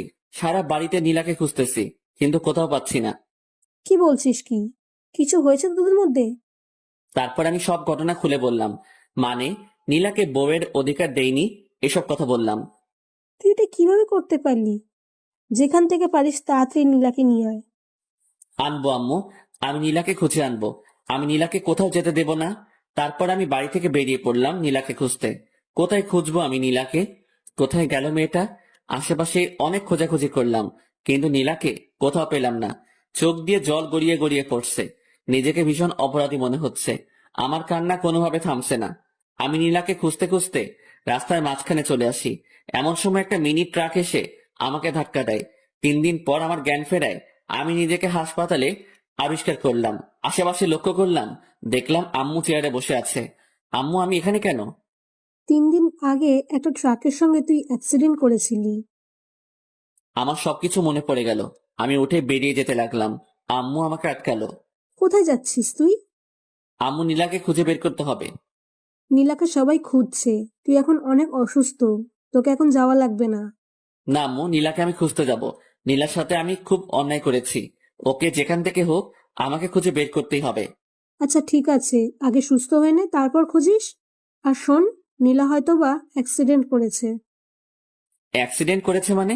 কোথায় নীলা? তোমরা কিভাবে জানলে? আমাদের বাসা থেকে একটু সামনেই সেদিন রাতে আরো একটা অ্যাক্সিডেন্ট হয়েছিল, আর ওটা নীলাই ছিল, কারণ ওখানে নীলার রক্তাক্ত ওড়না পাওয়া গেছে। নীলার অ্যাক্সিডেন্টের কথা শুনে আমার বুকের ভিতর কেমন যেন করছে। নীলার কিছু হয়নি তো? কেমন আছে? কোথায় আছে? তুই কোনো চিন্তা করিস না, আশেপাশে সব হাসপাতালে খবর নেওয়া হচ্ছে, নীলাকে খুব তাড়াতাড়ি পাওয়া যাবে। আম্মুর কথায় একটু স্বস্তি পেলাম, কিন্তু থাকতে পারছি না। না, আমাকে এখন নীলাকে খুঁজতে যেতে হবে। আমি কারো উপরে ভরসা পাচ্ছি না। আমি নিজে নীলাকে খুঁজে বের করব। আমি কারো কথা না শুনে হাসপাতাল থেকে বেরিয়ে পড়লাম। আশেপাশে আমি নীলাকে খুঁজতে শুরু করলাম। আমি কয়েকটা হাসপাতালে খোঁজ নিলাম, কিন্তু ওরা কেউ নীলার ব্যাপারে কিছু বলতে পারলো না। আমার মাথায় হাতে পায়ে সব জায়গায় ব্যান্ডেজ। নাড়াচাড়া করায় আমার মাথার ব্যান্ডেজ দিয়ে রক্ত বেরিয়ে পড়ছে। আমি নিরুপায় হয়ে রাস্তা দিয়ে হাঁটছি, আর আমার মাথা দিয়ে টপে টপে রক্ত ঝরছে। কিছু দূর এগুতে আশিক, সামি ওরা আমাকে দেখতে পেল। আমার মাথা দিয়ে রক্ত পড়ায় ওরা আবার আমাকে হাসপাতালে নিয়ে গেল।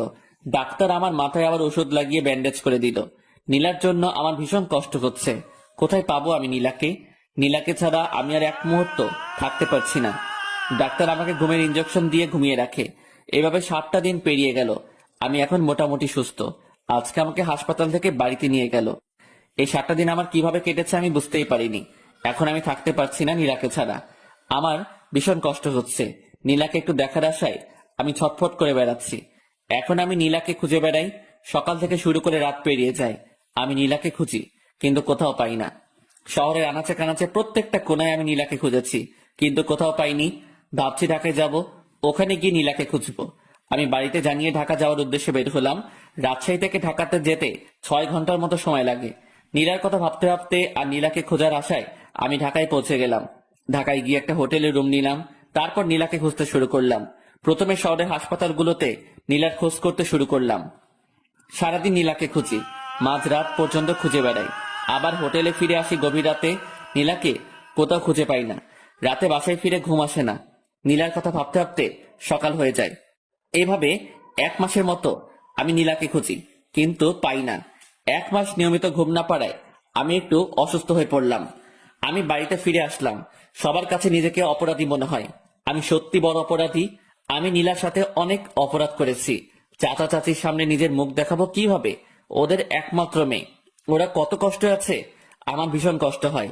যদি কাউকে দেখাতে পারতাম তাহলে সেই বুঝতো আমার ভেতরটা। রুমে শুয়ে আছি, এমন সময় আম্মু আসলো খাবার নিয়ে। ঢাকায় গিয়ে তো নিজের শরীরের অবস্থা একেবারে শেষ করে ফেলেছিস। শোন, যা হয়েছে সেটা তোর ভাগ্য ছিল। তুই দেখিস, নীলা একদিন ঠিক ফিরে আসবে। আমি আম্মুকে জড়িয়ে ধরে কান্না করতে শুরু করলাম। আমার ভীষণ কষ্ট হয়, ভীষণ। আমি বুঝতে পারি, তোর দিকে তাকালেই আমি সবকিছু বুঝতে পারি। আম্মু, এখন কি করব আমি? সবকিছু ঠিক হয়ে যাবে, তুই একটু ধৈর্য ধর। তারপরে আম্মু আমাকে খাইয়ে দিল। আমি বসে বসে নীলার সেই দুষ্টুমিগুলো ভাবছি। কত কিছুই না করতো একটু ভালোবাসা পাওয়ার জন্য। আজ আমি ওকে আমার সব ভালোবাসা দিতে চাই, কিন্তু আজ ও নেই। ওদিকে নীলা এখন দুবাইয়ে। নীলা সেদিন রাতে বাড়ি থেকে বের হওয়ার পর কোথায় যাবে, কি করবে, এসব ভাবতে ভাবতে রাস্তা দিয়ে হাঁটছিল। নীলা তো এই মুখ নিয়ে বাসায় ফিরে যেতে পারবে না। নীলা রাস্তা দিয়ে যাওয়ার সময় একটা কারের সাথে ধাক্কা খায়। নীলার মাথায় ভীষণ আঘাত পায়। গভীর রাত্রে রাস্তায় কেউ ছিল না। কারের ড্রাইভারটি নীলাকে তুলে হসপিটালে নিয়ে যায়। কারের ড্রাইভারটির নাম সাইদ। সাইদ নীলাকে হসপিটালে নিয়ে যাওয়ায় নীলাকে হালকা চিকিৎসা দেয়। ডাক্তার বলেন রোগীর মাথায় ভীষণ আঘাত লেগেছে, একটা অপারেশন করাতে হবে, আর আমরা এই গুরুত্বপূর্ণ অপারেশনটি করতে পারবো না।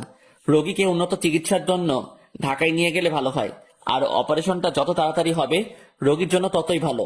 অপারেশনে যদি কোনো ত্রুটি হয় তাহলে রোগীর স্মৃতিশক্তি হারিয়ে যেতে পারে। এমন সময় সাইদ পড়ল ভীষণ বিপদে। সাইদ কি করবে, কিভাবে নীলার ভালো অপারেশন করাবে? সাইদ তার বাড়ির লোকজনের সঙ্গে কথা বলবে। সাইদ সহ পরিবারের সবাই প্রবাসে বসবাস করে, মানে দুবাইয়ে থাকে। সাইদ বাংলাদেশে বেড়াতে এসেছে। সাইদের বাড়ির লোকজন বলল মেয়েটিকে নিয়ে দুবাই চলে আয়, এখানে ওকে উন্নত চিকিৎসা দিলে ও খুব তাড়াতাড়ি সুস্থ হয়ে যাবে। সাইদ ডাক্তারের সঙ্গে কথা বলে নীলাকে দুবাই নিয়ে যাওয়ার ব্যবস্থা করলো। নীলা মাথায় ভীষণ আঘাত পাওয়ায় জ্ঞান হারিয়ে ফেলেছে। এখনো পর্যন্ত নীলা অজ্ঞান হয়ে আছে। ওখান থেকে নীলাকে দুবাই নিয়ে যেতে একদিন সময় লাগলো। তারপর নীলাকে দুবাইয়ের সবচেয়ে ভালো একটা হসপিটালে শিফট করা হলো। দুবাইয়ের ডাক্তাররা নীলার অপারেশন করতে শুরু করলো। মাথায় আঘাত, খুব গুরুত্বপূর্ণ একটা অপারেশন। অপারেশন করতে প্রায় 3 ঘন্টার মতো সময় লাগলো। ডাক্তার বলেছে অপারেশন সাকসেসফুল, কিন্তু নীলার জ্ঞান ফিরতে অনেক দেরি হবে। নীলা কোমায় চলে গেছে। এখান থেকে জ্ঞান ফিরতে কত সময় লাগবে তা বলা সম্ভব নয়, তবে ডাক্তারদের ধারণা মতে 2-3 মাস সময় লাগতে পারে। এদিকে 1 মাস পেরিয়ে গেছে। আমি নীলাকে শহরের আনাচে কানাচে খুঁজে বেড়াই। কেউ নীলার একটু খোঁজও দিতে পারে না। রাত দিন এক করে আমি নীলাকে খুঁজে বেড়াই। আশা একটাই, নীলাকে আমি একদিন ঠিক খুঁজে পাবো।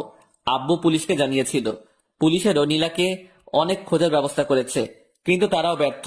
এইভাবে নীলাকে খুঁজতে খুঁজতে আর বুকে কষ্টের পাহাড় জমিয়ে থাকতে থাকতে আরো 2টা মাস কেটে গেল। আজ 3 মাস পেরিয়ে গেল। নীলার কোনো খবর নেই।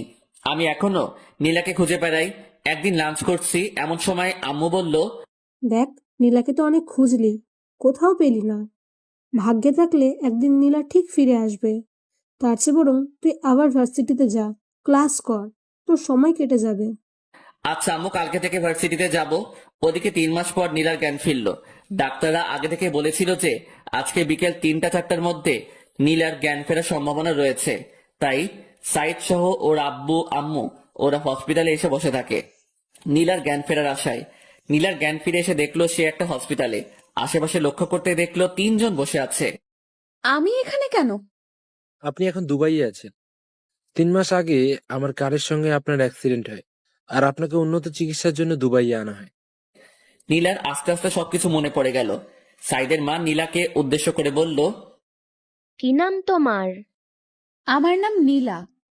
তোমার কি বাসার কথা কিছু মনে পড়েছে? হ্যাঁ, আমার সবকিছু মনে পড়ছে। খুব ভালো, তুমি কোনো চিন্তা করো না, তোমাকে তোমার বাসায় পৌঁছে দেওয়া হবে। নীলা মুখ গোমড়া করলো। কি তোমার বাসার কথা বলায় তুমি মন খারাপ করলে কেন? কি হয়েছে? তোমার সবকিছু আমাকে খুলে বলো। তারপরে নীলা সবকিছু খুলে বলল। বুঝলাম, ছেলেটি এত খারাপ, তোমাকে এভাবে কষ্ট দিল। না, ওকে খারাপ বলবেন না, যতই হোক ও আমার স্বামী। এত কিছুর পরও তুমি ওকে স্বামী বলছো? হাজার অপরাধ করলেও আমার স্বামী। আমি ওকে ভীষণ ভালোবাসি। তাহলে তুমি এখন তোমার স্বামীর কাছে ফিরে যাও, এটাই তোমার জন্য ভালো হবে। না, ও আমাকে মেনে নেবে না, কারণ আমি অনেক পিচ্ছি। ও পিচ্ছি মেয়েদের পছন্দ করে না। তাহলে তুমি এখন কি করবে? যেদিকে দু চোখ যায় চলে যাব, কিন্তু আমি ওর কাছে কখনোই ফিরে যাব না। আচ্ছা, আজ থেকে তুমি আমার বাসায় থাকবে। আমার কোনো মেয়ে নেই, তুমি আজ থেকে আমার বাড়ির মেয়ে। নীলা কাঁদতে কাঁদতে আন্টিকে জড়িয়ে ধরলো। আন্টি, তোমরা খুব ভালো, খুব ভালো। আচ্ছা, আমাকে আন্টি বলে ডাকবে না, আজ থেকে আমাকে আম্মু বলে ডাকবে, ঠিক আছে?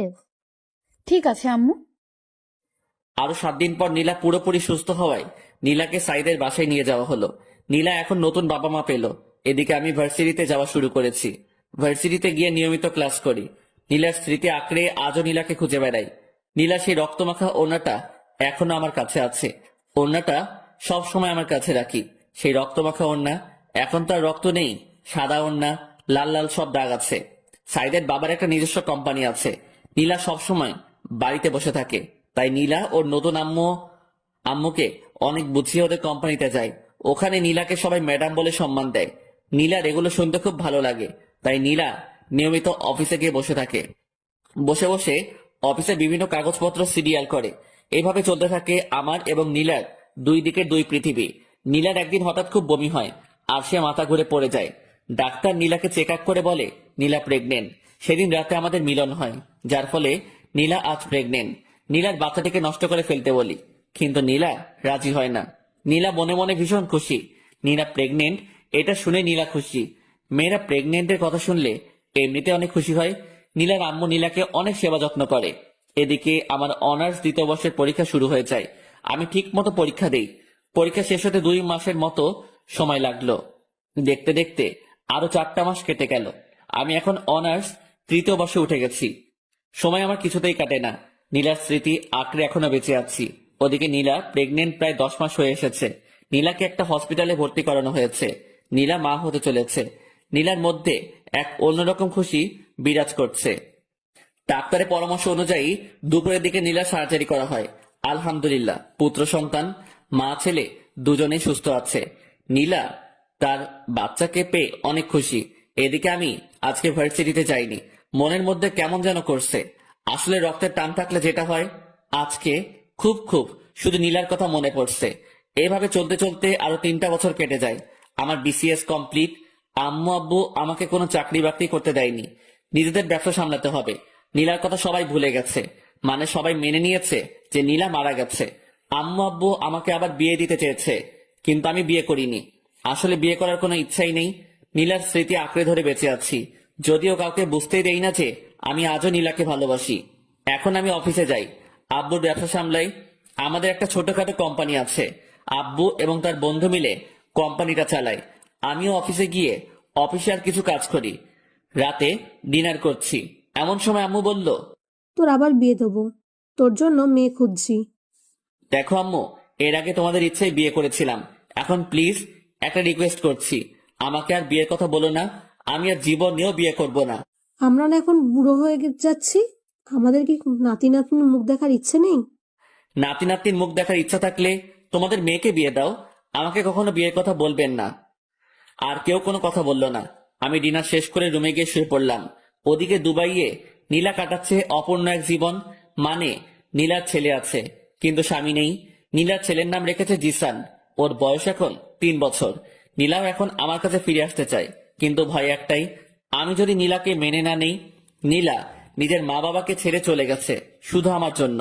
মেয়েটা তো অনেক কষ্ট সহ্য করে আজও টিকে আছে। জিসান তার আব্বুর ভালোবাসা থেকে বঞ্চিত।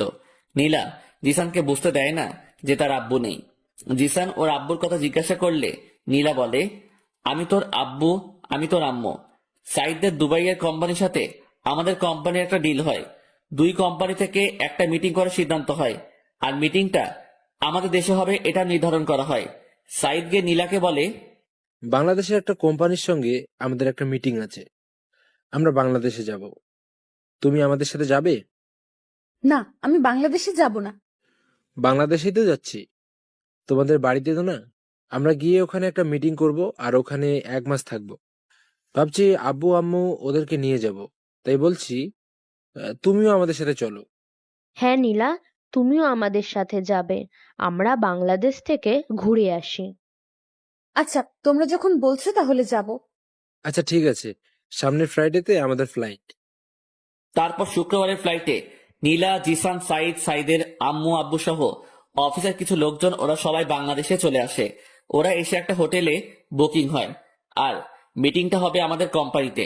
2 দিন রেস্ট নেওয়ার পর আমাদের কোম্পানিতে সাইদ, সাইদের আব্বু, নীলা আর কোম্পানির লোকজন ওরা মিটিং করতে আসে। আমরা একটা প্রজেক্টের ডিল নিয়ে মিটিং করব। আমি আব্বু খুব তাড়াতাড়ি অফিসে চলে আসি। অফিসের আরো লোকজন নিয়ে আমরা মিটিং করার জন্য প্রস্তুতি নেই। মিটিং 10টায় শুরু হয়। 2 কোম্পানির প্রায় 20 জন নিয়ে মিটিং করা হয়। আমরা মিটিং শুরু করার আগেই সবার সাথে হ্যান্ডশেক করতে গেলাম।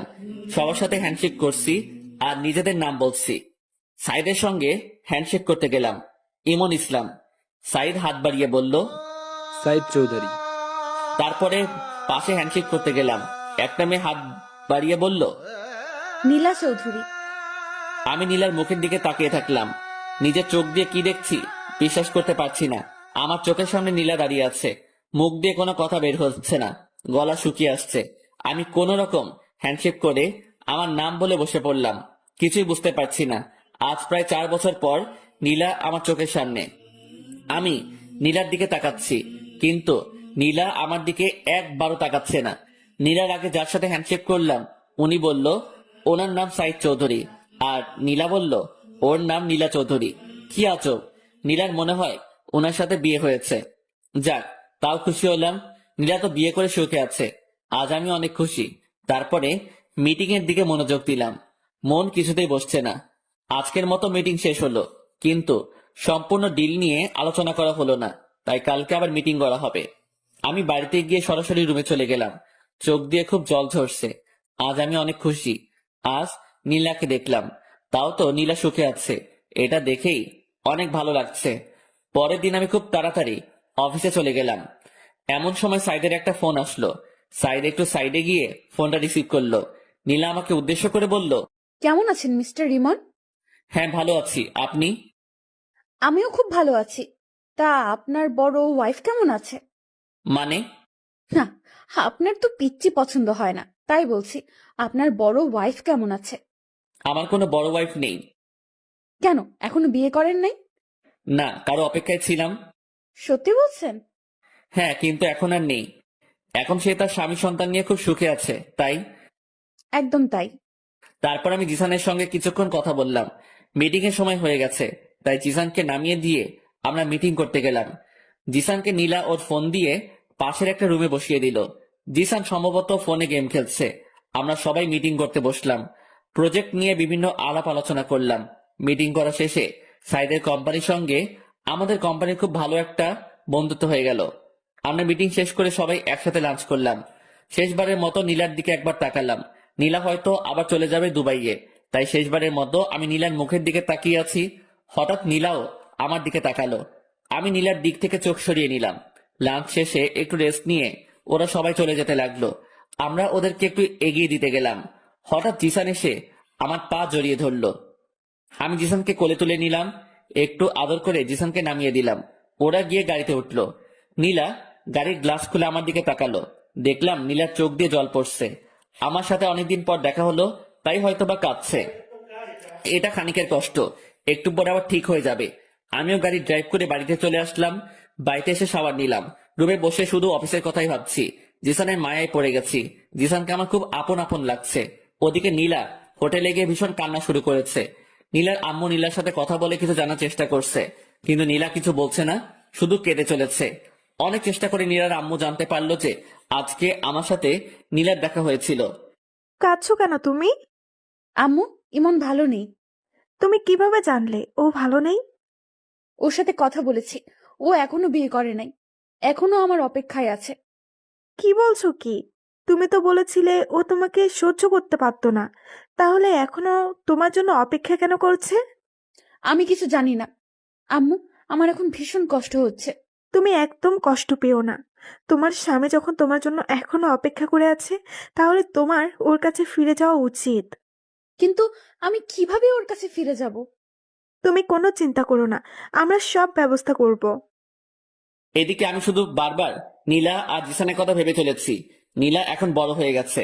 না, আমি কি সব ভাবছি। নীলা তো এখন অন্য কারো বউ। এসব নিয়ে আমার না ভাবাই ভালো। আমি রাতে এটা সেটা ভাবতে ভাবতে ঘুমিয়ে পড়লাম। সকালে ঘুম থেকে উঠে দেখলাম একটা নাম্বার থেকে বেশ কয়েকবার ফোন এসেছে। আমি ফোনটা ব্যাক করলাম।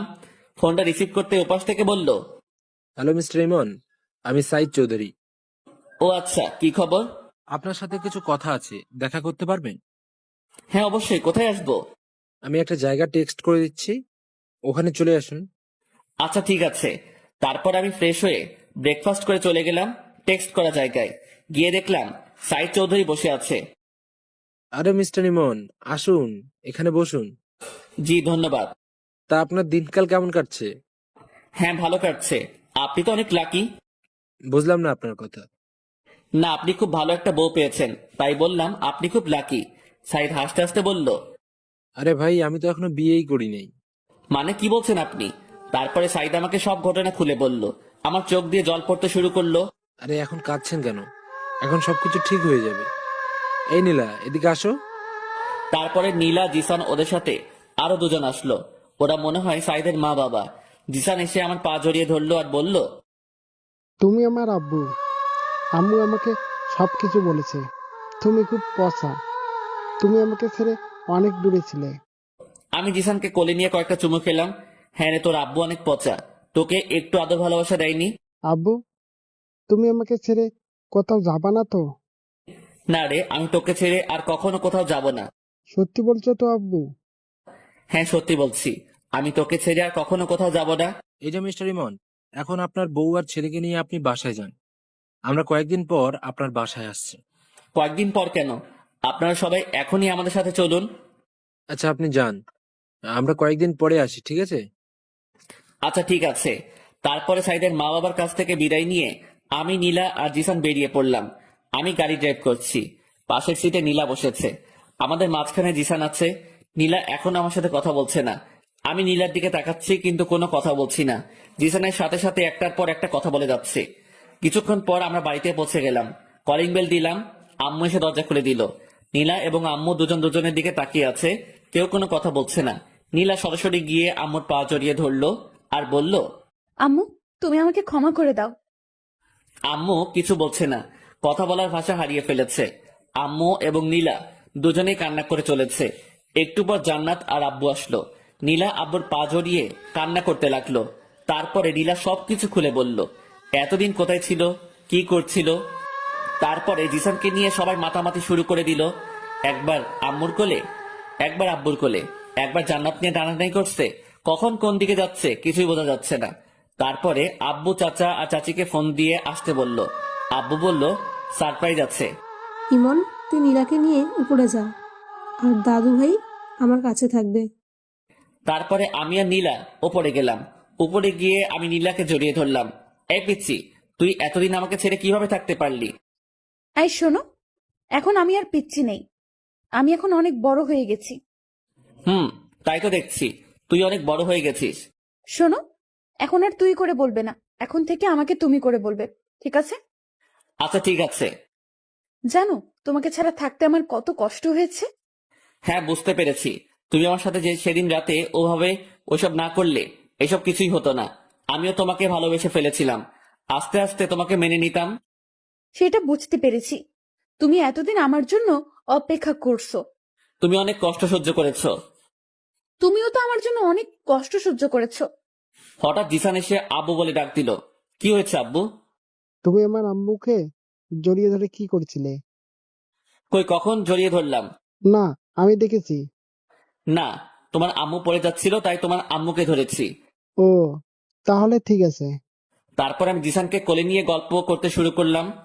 দুপুরে লাঞ্চ করে এসে আমি, জিসান, নীলা তিনজন শুয়ে দুষ্টামি করছি। এভাবে দুষ্টামি করতে করতে বিকেল হয়ে আসলো। কিছুক্ষণ পর জান্নাত এসে বলল, ভাবি, গ্রাম থেকে তোমার আম্মু আব্বু এসেছে। নীলা দৌড়ে ওর আম্মু আব্বুর কাছে গিয়ে ওদের পা জড়িয়ে ক্ষমা চাইতে লাগলো।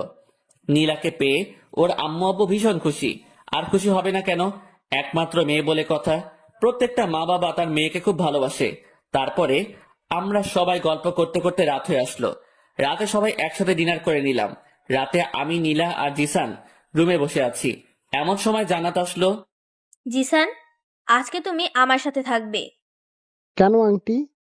আজকে আমি আমার আব্বুর সাথে আজকে তো তোমার আব্বুর সাথে থাকা যাবে না, আজকে তোমার আব্বু আর আম্মু একসাথে থাকবে। হ্যাঁ জিসান, তোমার আন্টি ঠিকই বলেছে, আজকে তোমাকে আমাদের সাথে নেব না, কাল থেকে তুমি আমাদের সাথে থাকবে। আচ্ছা আম্মু, তুমি যখন বলছো তাহলে আমি আন্টির সাথে থাকবো। তারপরে জিসান আমাকে আর নীলাকে কয়েকটা চুমু দিয়ে ওর আন্টির সাথে চলে গেল। নীলা গিয়ে রুমের দরজা আটকে দিল। নীলা আমার দিকে তাকাচ্ছে আর মুচকি হাসছে। হাসছো কেন? শোনো, আমার আরেকটা বেবি লাগবে। ও মা, আরেকটা? হ্যাঁ, আরেকটা। এবার একটা মিষ্টি মেয়ে লাগবে। তোমার মিষ্টি মেয়ে লাগবে, তাহলে আমাকে বলছো কেন? ওই, তুমি জানো না তোমাকে কেন বলছি? না, আমি তো জানি না। দেখো, নাটক করো না। আচ্ছা ঠিক আছে। তারপরে আমি নীলাকে বিছানায় শুয়ে দিলাম। আমি আস্তে আস্তে নীলার কাছে গেলাম। নীলাকে কিস করতে শুরু করলাম। নীলার গালে, মুখে, গলায় কিস বসাতে শুরু করলাম। শুধু কি কিস করলে হবে নাকি, অন্য কিছু করবে? এত ব্যস্ত হচ্ছ কেন? আমার এক্ষুনি লাগবে। আচ্ছা ঠিক আছে। তারপরে আমি নীলার ড্রেস খুলে, আপনারা কি শুনছেন? হ্যাঁ, আর কিছু শোনার নেই। তারপরে আমি আর নীলা সুখের সাগরে ভাসতে থাকলাম, যেখান থেকে আর কখনো ফিরে আসবো না। এইভাবে আমাদের সুখের জীবন কাটতে থাকলো। সমাপ্ত। প্রতিদিন ভালোবাসার নতুন নতুন গল্প পেতে চ্যানেলটি সাবস্ক্রাইব করে পাশে থাকা বেল বাটনে ক্লিক করুন।